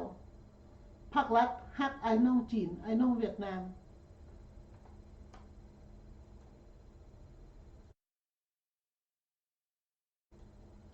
พี่น้องเห็นบ่ว่าลูกหลานลาวเฮาที่ยังเหลือหลออยู่ในประเทศลาวนั่นส่วนหนึ่งก็แม่นไปเป็นค่อยค่ามาไส้ของพ่อค้าจีนพ่อค้าเวียดนามบ่ได้รับเงินเดือนลูกหลานลาวไปทางไปทักทวงเอากระถึกไล่ฆ่าใหญ่ไล่ฟันไล่ยิงซึ่งพวกทหารตำรวจลาวนั้นก็บ่ได้ฮักคนลาวอีกเพราะว่าหน้าที่จะปกป้องคนลาวด้วยกันบ่ไปปกป้องพ่อค้าจีนพ่อค้าเวียดนามซึ่งตำรวจทหารนั้นก็เป็นค่อยข้ามาไส้ของพรรครัฐบ่ได้รับใส่ประชาชนลาวซึ่งเฮ็ดให้เราเห็นว่าการที่พรรครัฐออกมาเว้านั้นข่าวอยู่ลาวพัฒนาบอกว่าทหารลาวได้เคยเรียนผ่านมาแล้วว่าต้องรับใส่ประชาชนลาวและยังได้ฮู้จักว่าทหารนี้ต้องได้ช่วยเหลือเยาวชนรุ่นน้อยและได้เบิ่งแยงผู้เฒ่าผู้แก่พี่น้องมันมีอยู่ใส่พี่น้องเห็นบ่เขาได้เหตุการณ์สร้างภาพน้ำเต้าเป้าดังไกลคือยายเบนว่ามาแหละเว้าเพื่อตบตาประชาชนลาวเว้าเพื่อให้มันแล้วให้คนผู้ที่บ่ฮู้จัก1 2 3นะฟังแล้วว่าโอ้พรรครัฐนี่ดีเนาะนี่เห็นบ่พี่น้องหูภาพดินี่คลิปแต่เขาน้อยบอกมาลิ้นมาเบิ่งดอกมาเปิดให้พี่น้องฟังดอกไผก็เห็นอยู่แล้วเห็นแล้วอีตนสงสารลูกหลานลาวถึกพอข้าจีนนี้ซ่อมหน้าอาบเลือดทหารลาวไปยามให้อีกยามให้พ่อข้าจีนนั้นตีคนลาวนั่นจนสลบ ต่อหน้าต่อตาเป็นอย่างพี่น้องเป็นอย่างคนลาวจึงบ่ฮักกันถ้าว่าทหารนั่นตำรวจนั่นเป็นคนลาวเป็นอย่างบ่ฮักคนลาวเป็นอย่างจึงไปฮักพ่อข้าจีนนี้เฮ็ดเวียกให้พ่อข้าจีนนี้ก็ย้อนภาครัฐ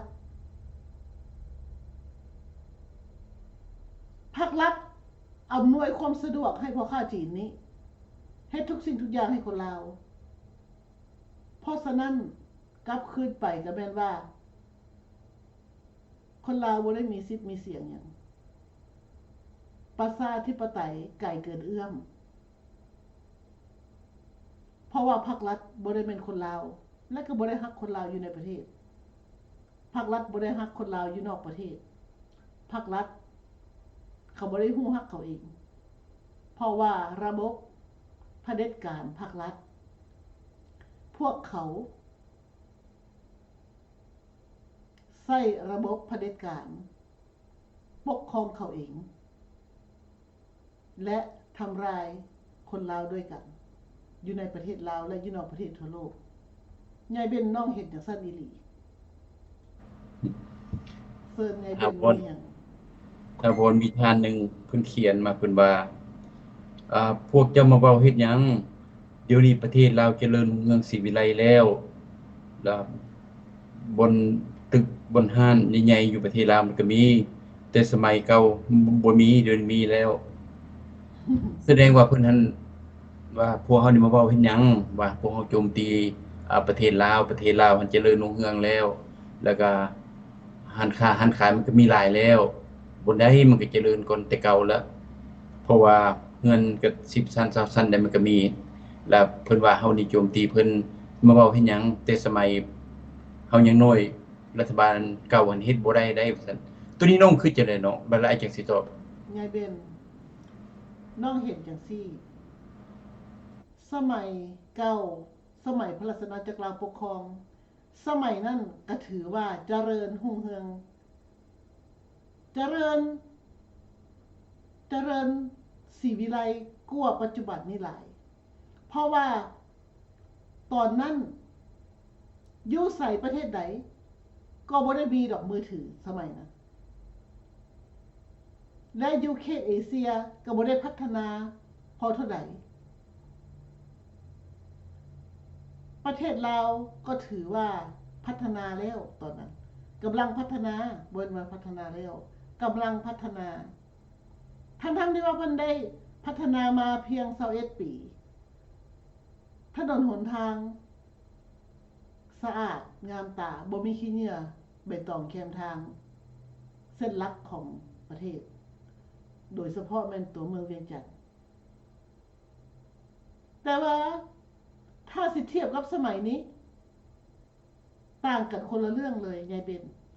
พี่น้องสมัยรุ่นพ่อรุ่นแม่อยู่เมืองลาวประเทศลาวน่ะพระราชอาณาจักรลาวปกครองบ่ได้ติดหนี้ยืมสินของประเทศใดเลยประเทศลาวบ่ได้ขอทานรอบโลกแบบนี้เดี๋ยวนี้นะคณะภาครัฐนะก็ขอทานอยู่สหประชาชาติพุ่นเดียวนี้นะ19สหายพากันหอบกันไปนะขอทานหลายอย่างแล้วแห้งสิขอทานครับนี่การสร้างเรื่องสร้างภาพขึ้นมาอันยิ่งกันป้องแป้งนี่นะยายเบนแห้งสิพากันหอบกันไปขอทานแล้วว่าเดี๋ยวนี้ต้องมีนั่นมีนี่ต้องการรักษาพยาบาลต้องการวันยาท่านั่งต้องการหลายแนวแล้วก็สิไปเสนอกันนะทุกสิ่งทุกอย่างอยู่ในประเทศลาวปัจจุบันนี้ล้วนแล้วแต่เป็นการสร้างภาพสมัยเก่าสมัยพระราชอาณาจักรลาวปกครอง1970หั่นป่าไม้ธรรมชาติหั่น 75% และอยู่ในประเทศลาวบ่คำบ่แห่บ่อันใดก็ตามบ่ได้ขุดค้นแบบปัจจุบันนี้รัฐบาล ปล่อยให้ประชาชนอยู่เย็นเป็นสุขแล้วแต่สิอยู่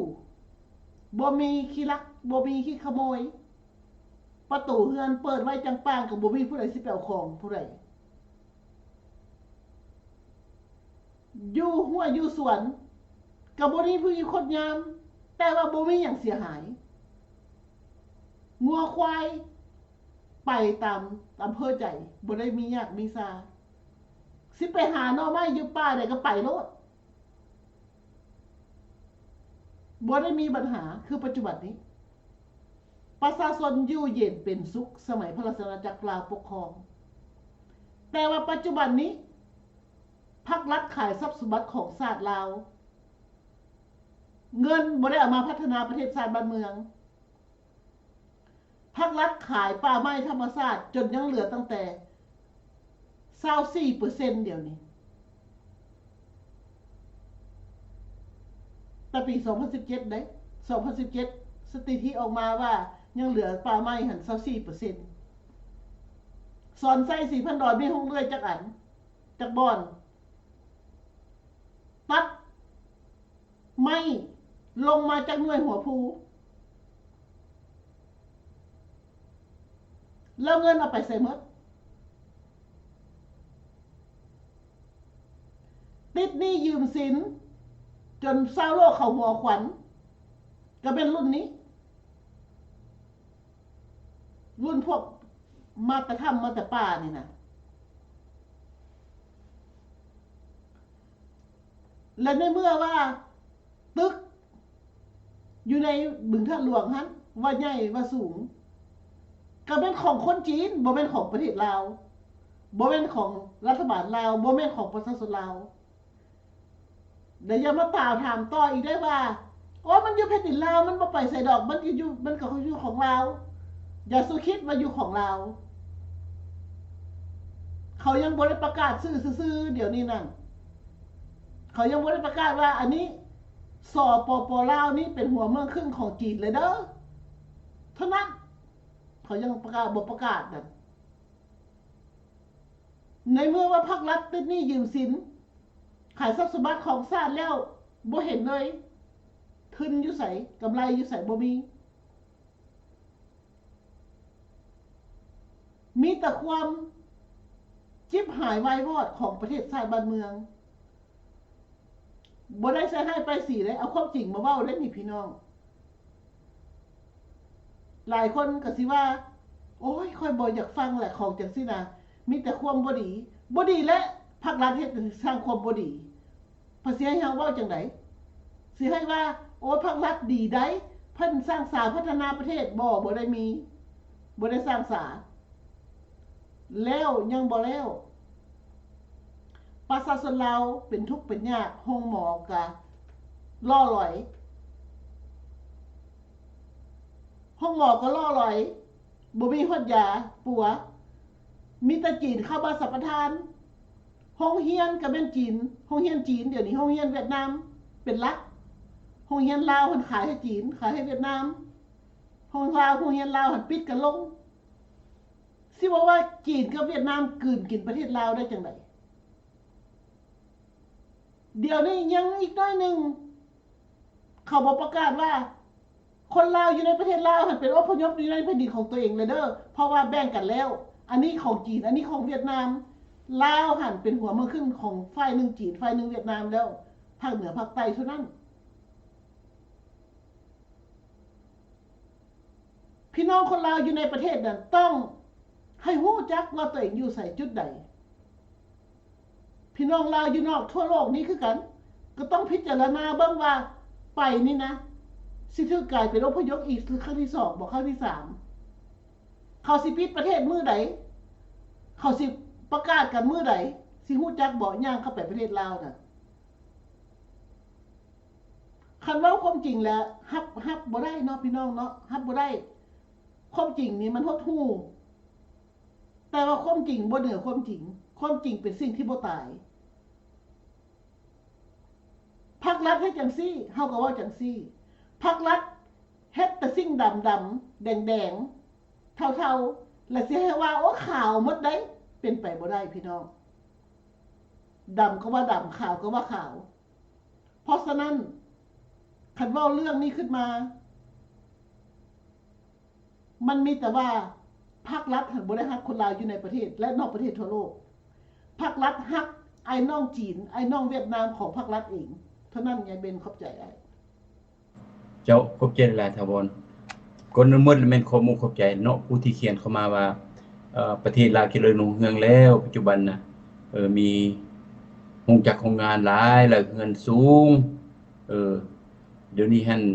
คนจีนคนหยังก็เต็มประเทศมันบ่คือแต่สมัยพวกเจ้าอยู่ว่าซั่นเพิ่นเขียนมาก็ดีเพราะเพิ่นนั้นบ่เข้าใจเพราะผู้เขียนนี้ก็บ่เคยออกจากต่างประเทศและบ่ได้ได้เรียนจากต่างประเทศผู้ที่เขาเจริญรุ่งเรืองศรีวิไลเพราะผู้เขียนนี้บ่เคยเห็นเกิดขึ้นมาก็มีก็แม่นได้อยู่นำความควบงำของระบบคอมมิวนิสต์ที่จะปากจะเว้าก็บ่ได้ตรงในโยงโยสรรเสริญรัฐบาลตนเอง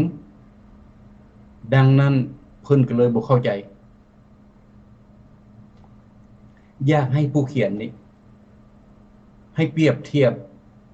เบิ่งประเทศลาวกับประเทศเพื่อนบ้านประเทศใดก็อย่างแต่สมัย1975และเทียบใส่1975ประเทศไทย1975ประเทศลาว1975และเปรียบเทียบใส่กันเบิ่งแต่ก่อน1975ประเทศลาวบ่ได้ทุกข์บ่ได้ยากประชาชนมีปากมีเว้ามีสิทธิ์มีเสียงเจ้าเมืองเจ้าแขวงถูกเลือกตั้งมาจากประชาชนแสดงว่าประชาชนมีสิทธิ์ประเทศเพื่อนบ้านเขมรเวียดนามไทยพม่าจีนได้เข้ามาในประเทศลาวเพื่อมาขอให้เวียกเหตุการณ์แบบเดียวกับคนลาวเข้าไปประเทศลาวประเทศไทยปัจจุบันไปขอให้เวียกเหตุการณ์โยนทุกข์โยนยากแสดงว่าสมัยคนปลดปล่อยนี้คนยึดอำนาจนี้ประเทศลาวเป็นประเทศที่มีเศรษฐกิจดีและประชาชนบ่ได้ทุกข์บ่ได้ยากซึ่งเพื่อนบ้านก็ได้มาขอเฮ็ดเวียกนำพวกเขาเจ้ามาถึงปัจจุบัน2025ลาวและ2025ไทยเวียดนามเขมรจีนพม่าแล้วมาเทียบกันดูปัจจุบันเจ้าข้ามน้ำคลองไปเบิ่งหนทางเปลี่ยนใส่กันเขาลืมเจ้า 3-40 ปีแล้วฝ่ายโรงหมอเขาลืมเจ้า 3-40 ปีอีกทุกสิ่งทุกอย่างแม่นเขาลืมเจ้าหมดคนลาวจนสิฮอดล้านคนละออกจากประเทศเพื่อไปขอเฮ็ดเวียกเฮ็ดการย้อนหยังย้อนประเทศลาวทุกยากขาดเคินพวกเจ้าปัจจุบันนี้ทุกยากขาดเคินเด้เอาหลังจากข้าพเจ้าเปรียบเทียบให้เบิ่งแล้วเนาะบัดนี้เจ้ามาเห็นเรือนหลังสูงโรงแรมตลาดใหญ่เรือนคอนโดหรือว่าโรงแรมเรือนของคนจีนว่าซั่นซะคนจีนคนเวียดชาติอื่นเข้าไปประเทศลาวประเทศพวกเจ้าแล้วเขาไปเฮ็ดค้าเฮ็ดขายเพื่อผลประโยชน์ของเขาตั้งบริษัทเขาตั้งตลาดใหญ่โรงแรมใหญ่และประชาชนลาวผู้ที่เขียนเข้ามานี้ตื่นขึ้นโอ้เมืองเวียงจันทน์ปัจจุบันมีเรือนหลายชั้นรถไฟสูงคมไฟสูงเฮาก็มีดีใจโทประเทศลาวนี่เจริญรุ่งเรืองศรีวิไลและสมเสยภาครัฐแล้วบัดนี้แต่เจ้าลืมคิดเจ้าลืมยืงแวนเบิ่งเจ้าเองประชาชนอยู่ภายในประเทศ 70-80% ปัจจุบันหาเช้ากินค่ำลาการเจ้าบ่มี ได้ออกลาพ่อลาแม่ลาลูกลาเมียลาลูกลาผัวข้ามไปประเทศอื่นไปขวดไปเคลียร์นำเขาและเจ้าสิเว้าว่าประเทศลาวมีรถไฟสูงประเทศลาวมีเฮือนหลังใหญ่ประเทศลาวมีตลาดใหญ่ๆเรื่องที่ตลาดใหญ่ๆเฮือนสูงๆแนวนี้แล้วมันซอยเศรษฐกิจเจ้าบ่ได้ซอยเพราะเฮือนหลังสูงๆใหญ่ๆนี้และเป็นเฮือนของจีนของเวียดนามเขามาใช้ส่วนแผ่นดินของเจ้าเองมาหาค่าหาขายให้ผู้ใดขายให้ประชาชนลาวนั่นล่ะแสดงว่าเขานั้นมาฮอกเงินนำคนลาวออกจากประเทศลาวเข้าไปจีนเข้าไปเวียดเพื่อคูณหังคูณมีเศรษฐกิจของเขาแต่สำหรับประเทศลาวเหลือตั้งแต่บังข้าวหลามแห้งและขี้เหงื่อที่ให้พวกเจ้าเก็บและพวกเจ้านั้นประเทศลาวประชาชนลาวนะเลยขาดเวียกขาดการย้อนคนจำพวกนี้จำพวกมาตั้งเฮือนสูงนี่นะจำพวกมาตั้งบริษัทนี่นะญาติเวียกญาติการของพวกเจ้าเองตั้งบริษัทขึ้นพวกเจ้าหันใจกับบ่ได้ขิวเหม็นเป็นน้ำเปื้อนน้ำเสียใส่แม่น้ำลำธารของพวกเจ้าปลากระตายคุณก็ไปใส่บ่ได้ถนนพวกเจ้าบ่ทันฮอดยามฝนก็ใส่บ่ได้แล้วประชาชนปากบ่ได้ไอบ่ดังย้อนพวกเจ้ามีรัฐบาลเผด็จการโรงเรียนพวกเจ้าขาดในครูสอนบ่มีรัฐบาลจนได้ประกาศเอาทหารไปสอนสำหรับในครูผู้ที่เขาไปทำเรียนในครูมาเขาพากันออกเพราะรัฐบาลบ่มีเงินจ้างแสดงว่ารัฐบาลทุกข์หุ่นหมอคนหังบ่ได้เข้าคุกคนทุกข์บ่ได้เข้าโรงหมอประเทศลาวยังลิ้นสิ้นลิ้นสายเพราะคนหังบ่ได้เข้าคุกแสดงว่าถ้าคนหังนั้นเฮ็ดผิดเขาก็บ่ผิดเพราะเขาเงินจ้างเอาถ้าเจ้าเป็นคนทุกข์ไปโรงหมอเจ้าบ่ได้เงินเจ้าบ่มีเงินในหมอก็ส่งเจ้ามาเฮือนอันนั้นเป็นประเทศโดยพัฒนาและเจ้าไปเว้าจังว่าประเทศเรารุ่งเรืองเจริญรุ่งเรืองกว่าแต่เก่าขนาดรัฐบาลแต่เก่าเพิ่นบ่ได้ขุดบ่แฮเพิ่นบ่ได้แย่บ่คำเพิ่นบ่ได้ตัดต้นไม้เพิ่นบ่ได้อนุญาตให้อัดยาจีนเพิ่นบ่ได้ให้อนุญาตอัดยาเวียดนามเข้ามาประเทศลาวแล้วมาปุ้นศาสตร์แบบปัจจุบันถ้าหากว่าสมัยเก่าหั่นน่ะเห็นคนจีนเอาไม้งาใส่ผู้นั้นผู้นี้หั่นน่ะเสื้อข้าพเจ้าเทินบักจีนมันบ่ได้กลับประเทศมันไทบ้านหั่นน่ะเขาสิฟังมันย้อนเลยปัจจุบันเจ้าเฮ็ดได้บ่เจ้าเฮ็ดบ่ได้เพราะเจ้าเป็นประเทศโดยพัฒนาคันโดยพัฒนาเลยแม่นรัฐบาลท่านกดขี่ข่มเหงประชาชนบ่ให้เจ้าปากบ่ให้เจ้าเว้าจีนให้เป็นนายเหนือหัวเขาดังนั้นให้ผู้เขียนได้คิดซะก่อนอย่าไปฟังความที่รัฐบาลเป่าข่าวหั่นน่ะรัฐที่คอมมิวนิสต์เสื้อข้าพเจ้าเทินตัวสร้างภาพตนเองเฮ็ดบ่ได้กว่าตนเองเฮ็ดได้เบิ่งเกาหลีเหนือดูพากันมาแห่มาเห็นสลืมสลองนั้นสลืมสลองนี้แต่ประชาชนภายในประเทศกระดูกคางนับได้หมดทุกคนขาดอาหารจ้อยสำหรับผู้นำเขาหมู่โตนกับบุตุยปานเพราะเขาอิ่มนำสำราญจำพวกนี้เขาบ่ให้ประชาชนปากเขาบ่ให้ประชาชนเว้าพวกเจ้าอยู่ภายในประเทศก็คือกันคุณมาปากมาเว้ามาซอยคุณแนะนำท่วมค่อยไปจับเขาบ่น่าอายประเทศอื่นว่าเขาประนามรัฐบาล ที่จริงเขาบ่ได้ประนามเขาอื่นรัฐบาลมาซอยเพราะรัฐบาลนั้นต้องรับใช้ชาติและรับใช้ประชาชนเจ้าว่าเดี๋ยวนี้ประเทศลาวมีเซลโฟนเด้สมัยเจ้าบ่มีเซลโฟนน่ะอันนี้เจ้าก็บ่ถือค่อยตีเจ้าก็บ่ได้เพราะเจ้าหันคือสิแม่นม.1 ม.2 ก็บ่ได้จบดอกเจ้าบ่ได้เข้าโรงเรียนเจ้าก็เลยมีนิสัยกระเนะกระเนตั้งแต่กันเห็นพวกเฮา2คนออกมาก็ว่าเฮามาโจมตีพวกเฮาบ่ได้เคยโจมตีประเทศลาวมีแต่พวกเฮาออกมาเอาความผิดพลาดเอาความล้าหลังเอานิสัยของคนบุรีมาเสนอขึ้นให้รัฐบาลเห็นแล้วหลังจากเพิ่นเห็นแล้วให้เพิ่นหันเปลี่ยนแปลงเพื่ออยากให้ชีวิตการไปอยู่ของพวกเจ้าหมายถึงประชาชนนั่นน่ะ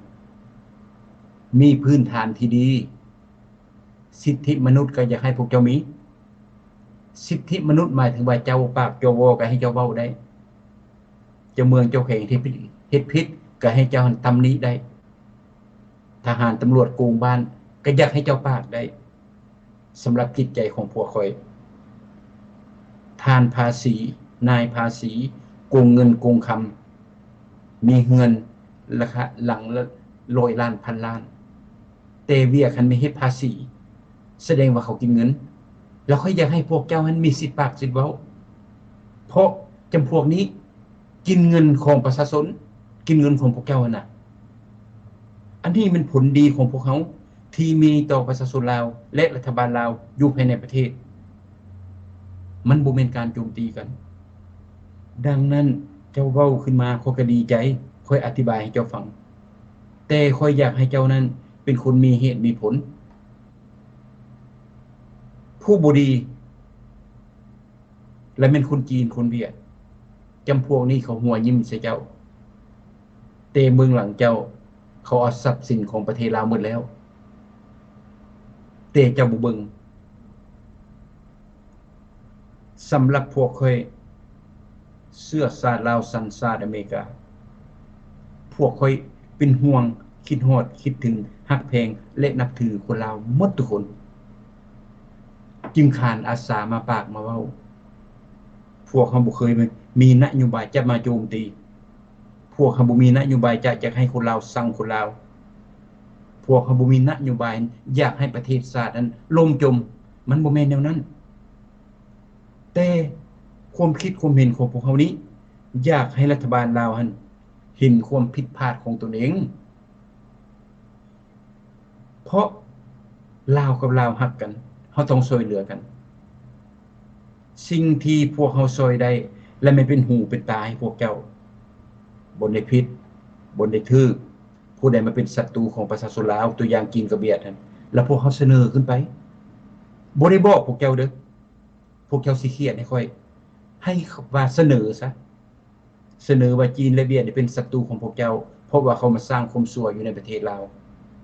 ดังนั้นพวกเขาเสนอขึ้นอันนี้เป็นคุณงามความดีของพวกเขาจะให้พวกเขานี้นั่งอยู่มิดอยู่และเห็นประชาชนลาวนั้นถูกฆ่าถูกฟันจากรัฐบาลและจากคนจีนและคนเวียด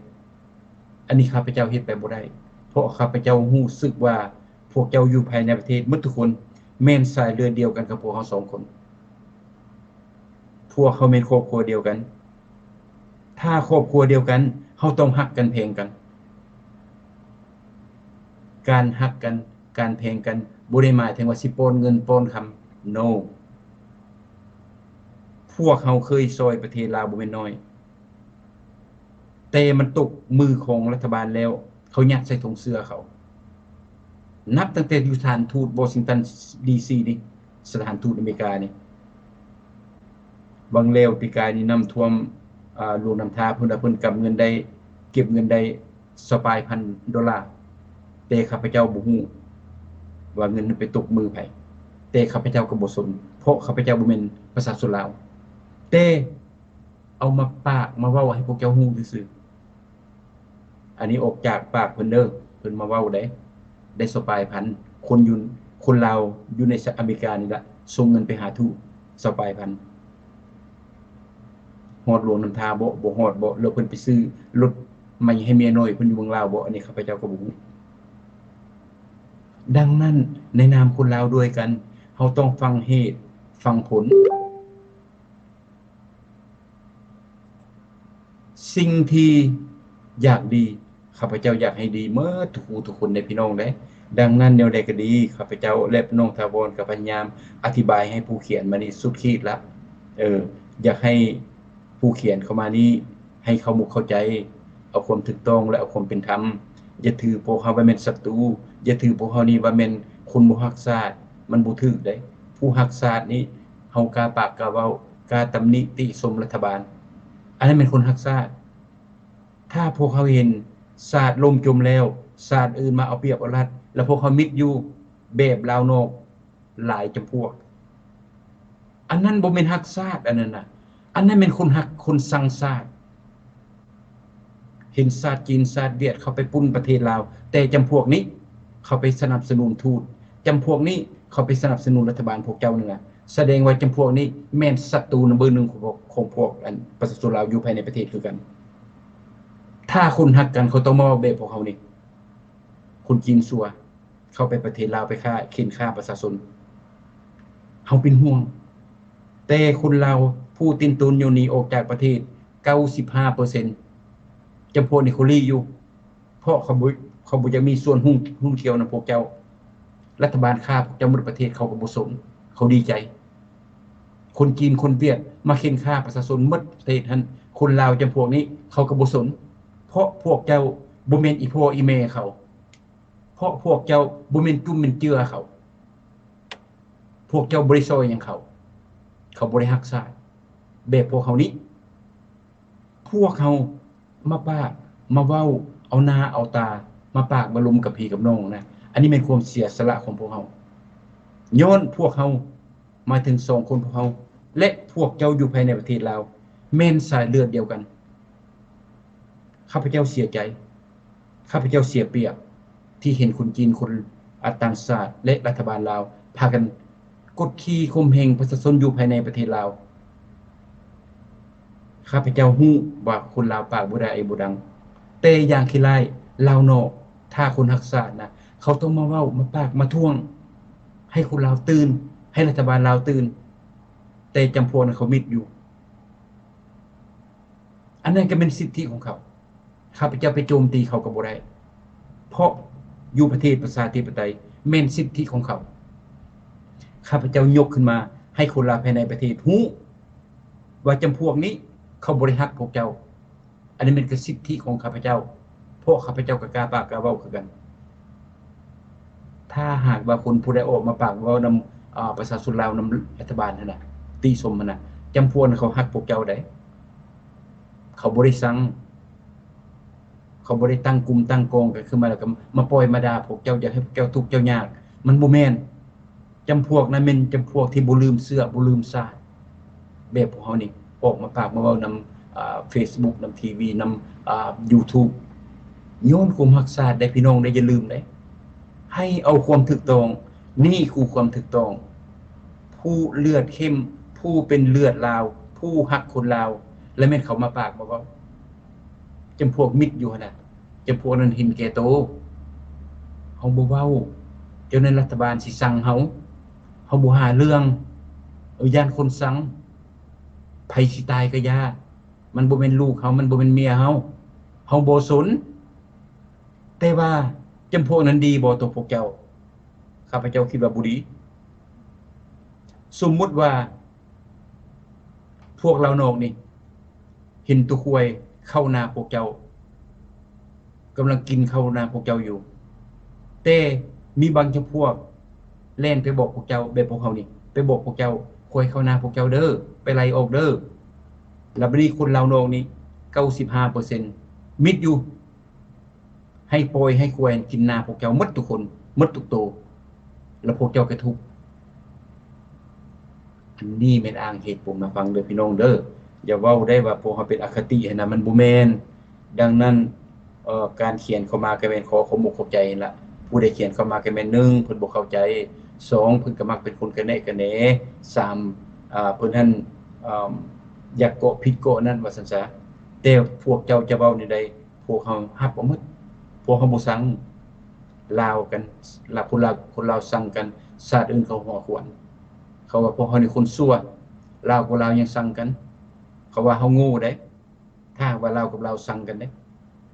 เขาดีใจโดยเฉพาะมันจีนกับเวียดนามเขาอยากให้ผิดกันเขาอยากให้เราในเรานอกอื่นด่ากันทุกมื้อเพราะเขาสิอยู่ทางเข้าไปประเทศลาวแล้วบ่มีผู้ใดท่วงเขาดังนั้นเฮาเป็นคนฉลาดเฮาเป็นคน2025แล้วพวกเฮาหมดทุกคนลาวภายในประเทศและพวกเฮานี่น่ะเฮาต้องจับมือถือแขนกันเอาความปากความเว้าเจ้าเบิ่งค่อยเบิ่งเจ้าไปพุ่นกินปลามาพี่กินซีนเอาคนลาวมาก่อนคนต่างชาติปะมันไว้ให้มันกองอยู่นอกหันซะก่อนลาวต้องเบิ่งลาวซะก่อนเด้อพี่น้องเด้ออันนี้เป็นขอบ่เข้าใจนำผู้ที่เพิ่นเขียนมาเพิ่นประเทศลาวห่วงหังมีเจริญนั่นน่ะพวกเฮาก็ได้ยกขึ้นมาอธิบายให้ฟังว่าสิ่งที่ปากสิ่งที่เว้านี่คือความจริงและความเป็นจริงหวังว่าผู้เขียนและท่านผู้ชมผู้ฟังก็เข้าใจแบบพวกเฮาเนาะพี่น้องเนาะเอาจังได๋ก็อย่าถ้าบ่ได้คิดว่าไอ้จะสรุปแล้วน้องคิดว่าจังได๋จังได๋ก็อย่าพี่น้องในนามของคนเราสายเลือดเดียวกันฮักเพลงกันเด้อพี่น้องเด้อให้คิดถึงพวกเฮา2คนที่ขานอาสาเป็นกระบอกเสียงข้าพเจ้าและน้องถาวรเข้าใจและรับรู้ว่าการปากกันเว้าของพวกเฮาบางคำมันอาจจะแห้งไปบางคำอาจจะบ่ถึกอันนี้พวกเฮาก็รับเอาเพราะว่าพวกเขานี้แม่นประชาชนธรรมดาเฮาบ่แม่นว่าความรู้ความสามารถเป็นด็อกเตอร์เป็นปอเป็นศาสตราจารย์เป็นพรรคการเมืองเป็นนักข่าวมันบ่แม่นเท่านั้นพวกเขาบ่แม่นนักการเมืองพวกเฮามาปากมาเว้าอยากให้คนลาวสนุกสุขสบายนะบ่ได้ว่าสิไปญาติแยงเวียกทองลุนศรีสุริตบ่แม่นเด้อว่าตั้งแต่พวกเจ้ามันเบิ่งกันว่าตั้งแต่ประเทศลาวมันบ่ตกเป็นขี้ค่ามาใส่ศาสตร์อื่นพวกเฮาอยู่ทางนอกพี่เลี้ยวเข้าไปเห็นประชาชนมีเวียกมีการถนนหนทางดีโรงหมอดีให้นาได้เข้าได้นำใส่เหล้าเข้าเฮือนผู้อยู่บ้านนอกโคกะเมบ่ได้เป็นขี้ค่ามาใส่ชาติอื่นประเทศลาวเป็นเอกราชรัฐบาลรับใช้ประชาชนรัฐบาลถูกเลือกตั้งมาจากประชาชนประชาชนมีสิทธิ์ปากประชาชนมีสิทธิ์เว้าประชาชนทุกชนชั้นชนเผ่าทั่วประเทศมีสิทธิ์เสียงเสมอภาคประเทศลาวก็ให้เป็นประเทศเอกราชแล้วพวกเขาเลี้ยวเข้าไปหั่นน่ะถ้าพวกเขาเห็นที่ข้าพเจ้าเว้าไปน่ะข้าพเจ้านอนก็หลับภาวนาซอยอันสิให้ไปญาติพี่ญาติน้องญาติไปเอาดินเอาดอนพี่น้องนั้นบ่เข้าไปดอกบ่ต้องคิดรัฐบาลคือกันบ่ต้องคิดว่าพวกเขาจะเป็นญาติตำแหน่งบ่ต้องคิดพวกเขานี่เป็นฝ่ายประชาชนพวกเขาเป็นคนดีพวกเขาบ่ได้โจมตีผู้ใดแต่พวกเขาคิดถึงชาติอยากให้ชาติลาวนั้นอย่างขี้ร้ายก็ให้มันซ้ำกันซะญี่ปุ่นหรือว่าเกาหลีใต้เพราะจำพวกนี้2ประเทศนี้เขาเทียบกับชาวโลกตะวันตกเขาอันนี้มันจุดหมายปลายทางของพวกเขาอยากให้ลูกหลานมีเวียกมีการอยากให้ลูกหลานได้ทำได้เรียนอยากให้รัฐบาลตั้งโรงเรียนและเสียมสอนวิชาเฉพาะให้นักเรียนลูกหลานประเทศเฮานะซ้ำกับอยู่อเมริกาเพื่ออย่าให้ลูกหลานเฮาจบโรงเรียนแล้วได้ออกไปใช้ชาติปัจจุบันประเทศลาวเฮ็ดบ่ได้เทื่อเคลื่อนไฟฟ้าก็เป็นคนจีนเป็นผู้กับโรงหมอก็เป็นจีนอันใดก็เป็นศาสตร์อื่นเตโปโออยู่ในประเทศลาวปริญญาเอกอยู่ในประเทศลาวล้นประเทศแล้ว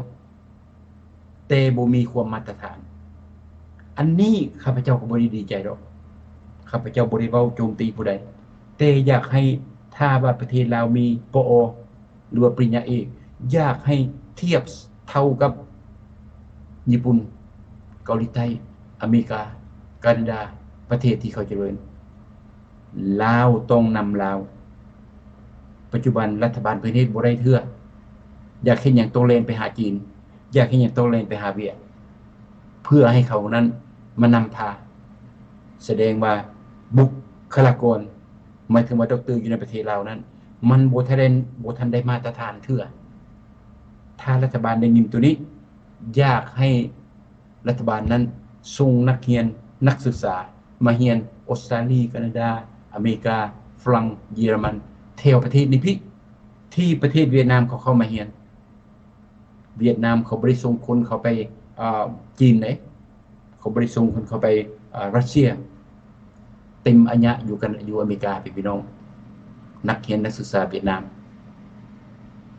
อยากให้คนลาวเป็นเท่านั้นอยากให้รัฐบาลลาวขึ้นเท่านั้นเพื่อให้คนลาวนั้นมีความมาตรฐานด้านการศึกษาด้านการสาธารณสุขหรือว่าถนนหนทางต่างๆเบิ่งแม่ถนนหนทางอยู่ภายในประเทศลาวน่ะว่าเปงละเด้อสร้างละเด้อทางผู้ยางเด้อน่ะมันบ่ได้มาตรฐานความมาตรฐานได้ตั้งแต่ 20% 80% บ่ทันได้ข้าพเจ้าดีใจบ่ดีใจอยากให้ประชาชนนั้นใช้หนทางไปมาสะดวกแบบประเทศไทยอย่างที่หลายอันนี้เป็นความนึกคิดของพวกเรา2คนลาวให้ฮักลาวเด้อพี่น้องเด้อขอนำหลายๆอย่ามักกะเนะกะเนกันเห็นพวกเราเป็นลาวนอกเห็นพวกเราเป็นสัญชาติอเมริกาแต่ความคิดความเห็นของพวกเรา2คนอยากให้ประเทศลาวนั้นเจริญเด้บ่ได้มักคนต่างชาติเขาไปเอารัดเอาเปรียบหรือไปขุดบ่แฮแยบ่คำพวกเจ้าบ่มักเพราะอยากให้ประเทศลาวอยากให้คนลาวนั้นขาดหลุดพ้นออกจากความทุกข์ยากถ้าหากว่าประเทศลาวประชาชนลาวน่ะมีเวียกมีการหมดทุกคนแต่ละคนมีเงินงามแต่ละคนมีเครื่องนุ่งห่มแต่ละตลาดแต่ละบริษัทและแม่นคนลาวเป็นเจ้าของโรงแรมอันใดก็อยากให้คนลาวเป็นเจ้าของปัจจุบันนี้มันเป็นไปบ่ได้นับแต่การค้าการขายต่างๆและแม่นของกินของเวียดอันนี้พวกเขาจึงเป็นกระบอกเสียงได้พี่น้องได้อยากปลุกลุกเปิดหูเปิดตาให้รัฐบาลให้เพิ่นเบิ่งว่าคนลาวปัจจุบันนี้ประชาชนนั้นกำลังทุกข์ยากพวกทานเอ้ยเบิ่งประชาชนแลจีนเวียดมันล้นประเทศแล้วเคลียร์มันออกแลเวียกการนั้นอยากให้ประชาชนลาวนี่ได้ตั้งกฎหมายขึ้นมา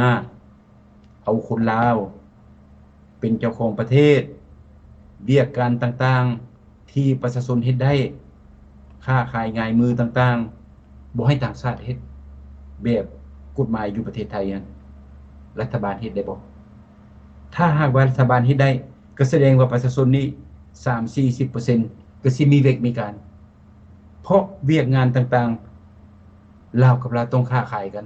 แบบที่ผ่านมาเท่านั้นพี่น้องอันนี้เป็นความหวังดีของพวกเรา2คนดังนั้นพี่น้องข้าพเจ้าพบน้องถาวรฮักแพงและนับถือหมดทุกคนคนลาวเฮาถึงเป็นแนวใดก็ดีพวกเฮายอมรับเอาการปากกันเว้ามันอาจจะบ่เข้าหูคนผู้ใดคนผู้ที่บ่มักความเป็นธรรมคนผู้ที่เห็นแก่ตัวคนผู้ที่เห็นเงินหน้าดำเห็นคำหน้าเศร้าคนผู้ที่บ่ฮักชาติเจ้าพวกนี้เพิ่นบ่มักคำปากคำเว้าของข้าพเจ้าเพราะข้าพเจ้าเป็นคนเว้าตรงไปตรงมาหรือว่าคนเว้าซื่อคันว่าผิดก็ว่าผิดคันว่าพลาดก็ว่าพลาดดังนั้นเพิ่นบ่มักข้าพเจ้าก็บ่ได้สั่งเพิ่นมือใดมือหนึ่งเพิ่นจะเข้าใจว่าจุดหมายปลายทางของสงฆ์ของพวกเราแม่นมีตั้งแต่หวังดีต่อชาติต่อประเทศและต่อรัฐบาลถ้ารัฐบาลเฮ็ดแบบพวกเขาเสนอไปน่ะประเทศลาวบ่เกิน3ปีหรือว่า5ปีชาติจะรุ่งเรืองย้อนประชาชนมีอำนาจอยู่ในกำมือเขานี่ฝากไปถึงรัฐบาล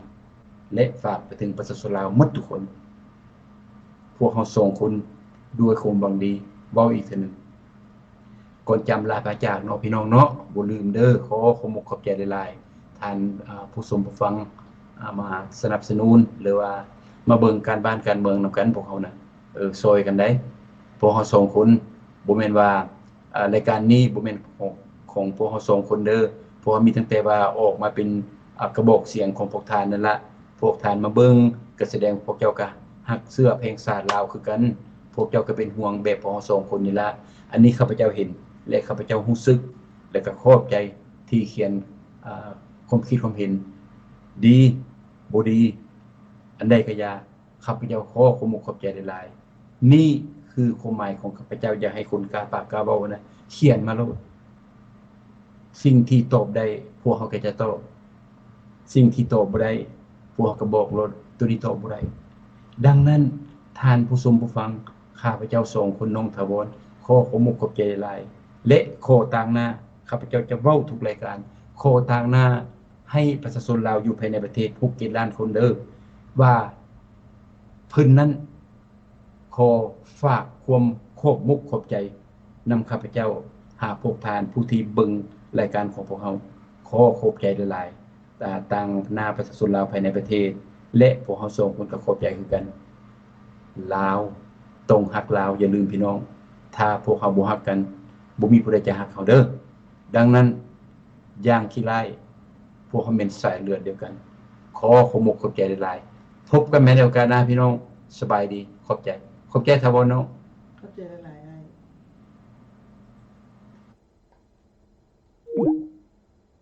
พี่น้องข้าน้อยก็ขอขอบใจนำทุกท่านทุกคนเนาะที่เข้ามาร่วมรายการของพวกข้าน้อย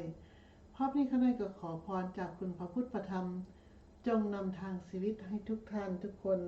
ที่ฮักเสื้อแพงชาติที่ฮักความเป็นธรรมในโลกนี้ขอให้ทุกท่านทุกคนจงมีแต่อายุวันโนสุขังพลังขอให้ทุกท่านทุกคนมีแต่ความดีเกิดขึ้นตลอดเวลาและขอให้ทุกท่านทุกคนพบแต่คนดีที่มีความฮักความแพงขอให้ทุกท่านทุกคนได้พบแต่สิ่งดีๆในชีวิตและขอให้ได้สมดังปรารถนาทุกท่านทุกคนพร้อมนี้ข้าน้อยก็ขอให้ทุกท่านทุกคนมีแต่ความสุขสดีตลอดไปนะพี่น้องเนาะสาธุสาธุสาธุอนุโมทามิข้าน้อยขอบใจหลายๆเด้อพี่น้องเด้อที่เข้ามาร่วมรายการนำพวกข้าน้อยเพราะว่าพี่น้องเป็นผู้ฮักเสื้อแพงชาติเป็นผู้ฮักความเป็นธรรมจึงเข้ามาในรายการข้าน้อยก็ฮักทุกท่านทุกคนและขอให้ทุกคนโชคดีขอบใจหลายๆแล้วก็สบายดีพบกันใหม่เนาะพี่น้องเนาะวันอังคารพี่น้องขอขอบใจ